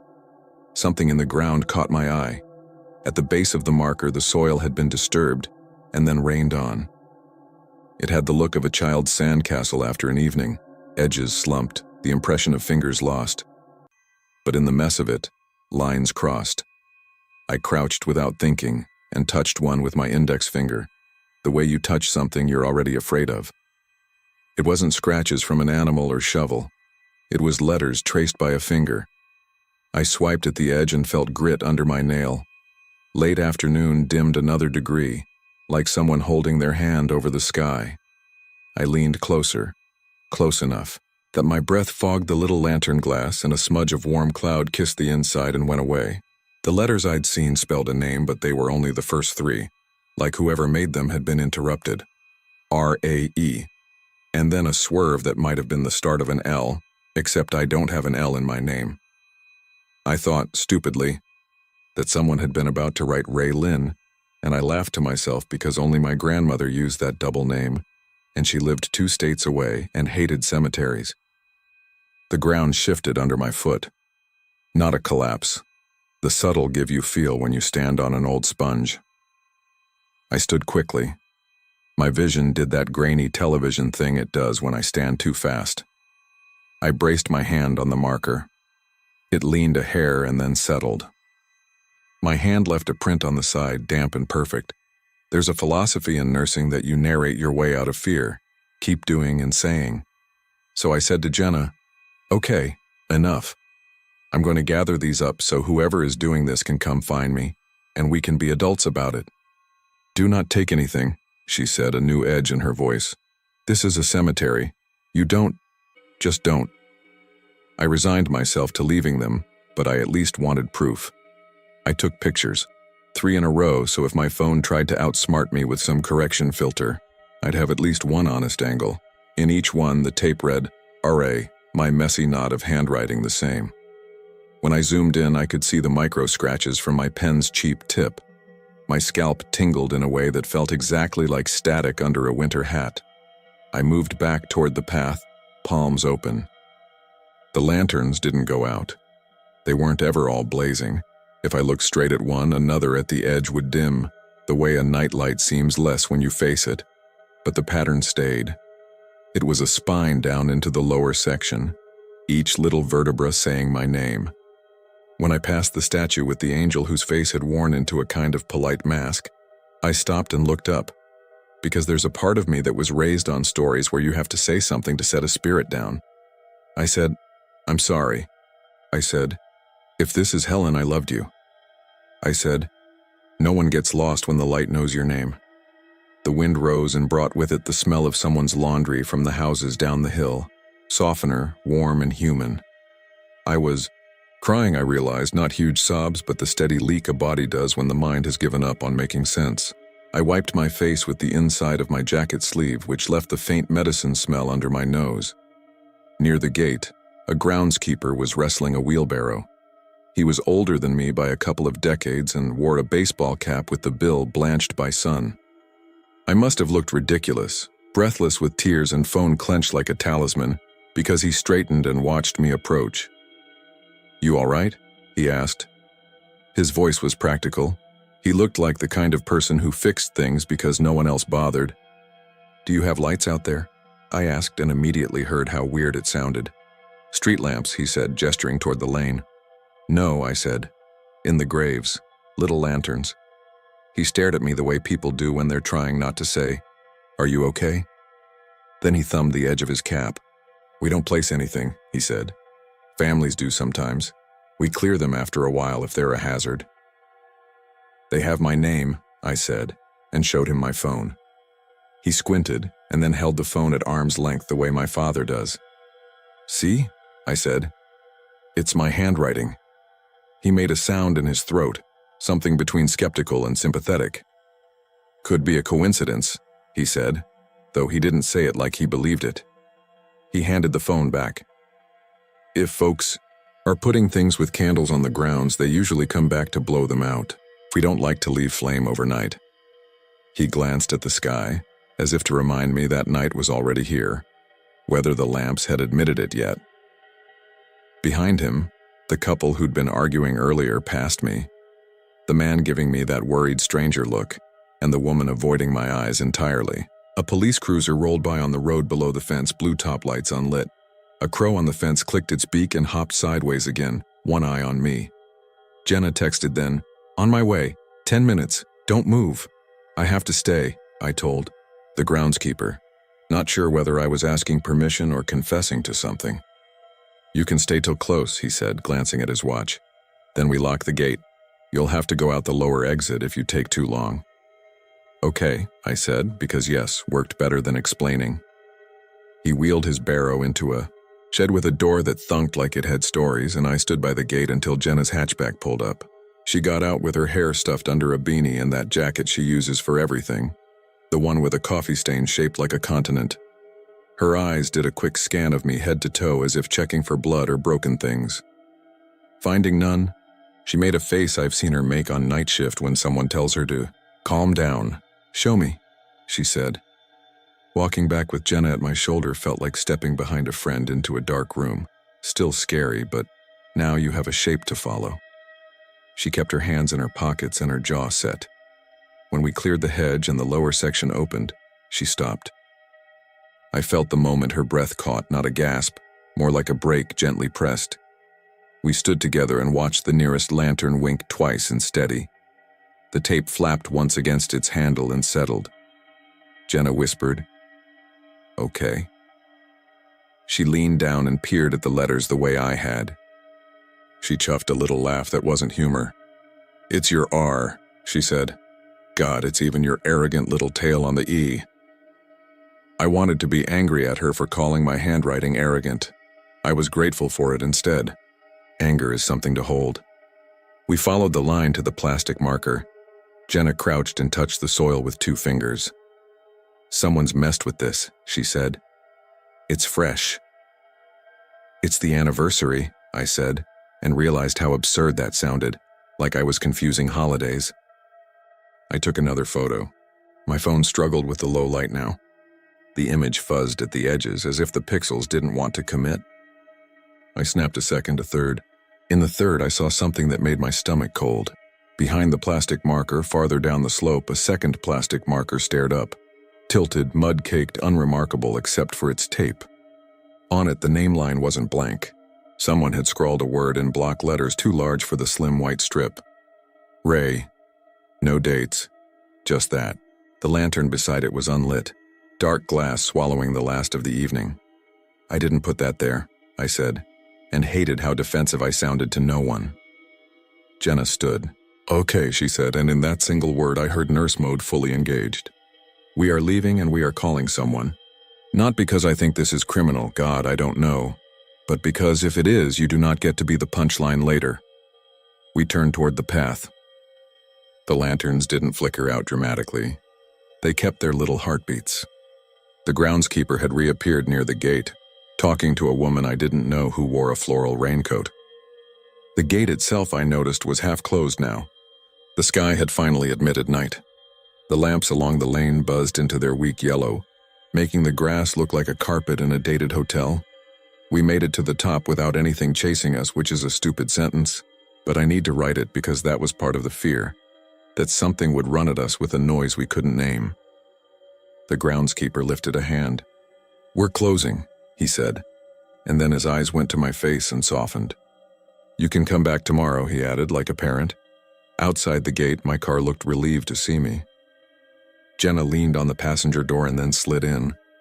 "Cops?" she said and dialed before I answered. The dispatcher's questions were routine. I found myself saying mundane phrases that felt obscene after what I'd seen. "Yes, we're safe," and no one is following us, and no weapons. When a patrol car swung by, no lights, just the crank of the engine. The officer who stepped out was younger than me. He listened, took our names, stood with his pen hovering over his notebook like he'd underestimated the assignment. We walked him to the hedge and into the lower section. He shined his flashlight and said, "Huh," without elaboration. He crouched by the first plastic marker, and somehow the beam of his light made the tape's texture look like skin. He peeled at the corner of one piece gingerly, as if afraid he'd receive a shock. The tape came free reluctantly and left a gummy residue. He stuck it to the edge of his notebook like it had to be filed. "We'll make a report," he said. "Sometimes people do weird memorial things." He didn't know how to phrase it without sounding ghoulish. "Do you have any reason to believe someone's targeting you, ma'am?" "Yes," I said, and then hearing myself, "No, I don't know." I thought about the son of a patient who blamed me when his mother's antibiotics made her sick before they made her well. I thought about the neighbor who told me once, while I carried groceries in for his friend, that angels like you always have a catch. I thought about every stranger on a bus who'd looked too long. Then I remembered what guild we all join sooner or later, the one where time itself seems like a person we can anger. "I think the cemetery is targeting me," I said, which made Jenna snort, though not unkindly. He gave us the small card with the non-emergency number and the case reference. We watched him stroll back to his cruiser at a normal pace, the way cops walk when everything is ordinary. He sat in his car a minute and then drove away, obedient to the city's speed limits and the way the hill makes engines hum. Jenna didn't want to leave me alone that night. I let her follow me home, and she came up the steps to my apartment like she had a right to. The neighbor across the hall, a retired teacher who wears slippers outside, opened her door and peered at us and said, "Oh, good, you're back," as if she'd been waiting to tally me safe. I smiled as best I could and said something about a long day. My cat, who gives affection like she's paying off a debt, wove around Jenna's ankles and then mine. I made tea with hands that dared me to drop the kettle. I slept badly. I dreamed in fits, all those messy nurse dreams where you forget a medication, and then realize the patient is your 6th grade English teacher, and she's grading you on your pulse. At 3 a.m, I woke with that cold on the inside feeling you get when a nightmare chooses to follow you. The room was quiet. The city was the same hush it had been the morning Helen died. I went to the kitchen for water and failed at not looking out the window. Across the street, the apartment building opposite mine has a small veranda with terracotta pots that hold more dirt than plants. On the railing, there was a tiny light, a lantern. It wasn't brass. It was the glass kind you buy in a pack of 6. I told myself it was someone's fairy lights or a candle to warm a potted plant. Then, because my brain is a mean friend, I looked harder. The little tail of tape hung from its handle and lifted when the draft snuck in under the window frame. Blue ballpoint, slanted, Ray. The letters were a smudge at this distance, but my body knew them. It knows how they sound when the pen drags on a paper cup. I should have called Jenna. Instead, I stood at the window with my hand on the cold glass until the light dimmed. It didn't go out. It simply softened to the barest suggestion of a glow, like something that decides after a moment of showing off to keep watch in a less offensive way. I backed away from the window as if it could see me. I crawled back into bed and lay on my back and counted my breath like I teach patients who can't sleep to do. In the morning, I told myself the lanterns would be gone. I checked my phone for the photos before I checked anything else, and they were there. A row of doubt I could scroll with my thumb. At noon, on my way to an appointment near the hill, I drove past the cemetery. I didn't stop. I tried not to look. The hedge made its tidy green wall. The gate was open and a floral raincoat walked inside. I could see the groundskeeper's cap bobbing near a cart, and the angle of his shoulders told me he was talking to someone. I told myself to keep going, and I did. But I spent the rest of the day with a new habit. At every house before I rang the bell, I checked the porch for a small glow. At every sink when I washed my hands, I watched the mirror for a flicker behind me that wasn't the bathroom's struggling light. 2 days later, I went back. I told myself it was to prove the world had reset. I told myself it was to take the tape off and throw it away and laugh at how a person can weave herself into any story, if she's lonely enough. I parked outside and walked in. The lower section looked like a field waiting for rain. The lanterns were gone. The plastic marker had been swapped for a small granite rectangle with a surname I didn't share. The residue of tape made a faint gray border around the words. Under the large letters, someone had scratched lightly with a key, maybe, or the wire on an old bouquet. The scratches didn't spell anything. They moved like a hand learning to write again. I stood there long enough for a couple pushing a stroller to sidestep around me, and I realized I didn't want to be the woman who haunted a graveyard with a story. I turned and left. On the path, a child stopped and pointed at the statue and said, "She's looking at me." And the father said, "It's just the way they carve eyes." And the child said, "No, she sees me with a fear I recognized. I still work." The month rolled over, and with it the schedules and the pillboxes. If you met me, you'd say I was fine. I can tell you the best route to avoid the Pike Pine mess at 4, or where the bus still stops even though the sign says not here. I can make a banister look festive with those battery-powered flameless candles, and my patients are delighted, and I've stopped putting tape on them. The thing I haven't told anyone, not even Jenna, is that the lanterns haven't entirely let me go. It's not every night, and it's never while I'm driving or busy or loud. It's when a room hushes itself. It's when the rain gets that soft personal sound. A small glow will appear in the corner of wherever I am. Once it was in the reflection of my microwave, more ghost than light. Once it was under the chair in a patient's sunroom, and when I bent to look, it was only the way the wood caught the afternoon. And once this morning, it was the reflection of the sunrise off a neighbor's window, except a little tail of tape fluttered in a wind that hadn't started yet. I blinked and it was a sunbeam again, dust doing its lazy dance. I don't know what it wants, if it's a it. I don't know if I did something wrong by lighting that tea light. If I wrote my name on the wrong object in a world that takes names seriously. I know this. There was a lantern at the end of that fishbone line that burned higher than the rest, and it sat in front of a place that waited, patient, absent of letters. When I think of that, my chest tightens like someone cinching a tie. I hear Helen's voice very clearly sometimes when the house is quiet and the heat knocks in the pipes. "No one gets lost when the light knows your name," she says kindly, like she's reminding me of how to fold towels. I've started carrying 2 things I didn't used to: an extra pen and a roll of label tape that lives at the bottom of my bag.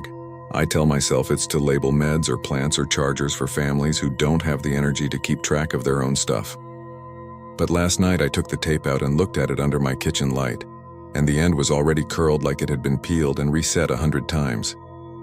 I haven't written my name on it since the cemetery. I haven't peeled it and stuck it anywhere. I picture a place that I can't see yet, a spot on a hill I don't own in a row I don't visit, and there's a small plastic marker resting in soft soil with a strip of tape crooked on its face. Maybe the groundskeeper will replace it with stone someday. Maybe he won't need to. I'm not asking for help. I don't think this is the kind of story that can be helped. I just wanted to set it down somewhere before the letters inside me wear smooth. If you walk through Lakeview and see a little glow where it shouldn't be, check for wind and reflections and your phone being stupid. Check for all the ordinary explanations first. If you run out of them and the light is still there, don't say my name out loud. Even if you think you're alone, especially then. And if you find a small piece of surgical tape on the ground, white, sticky with a ghost of blue ink and a slanted R, please leave it where it lies. The light already knows who it belongs to.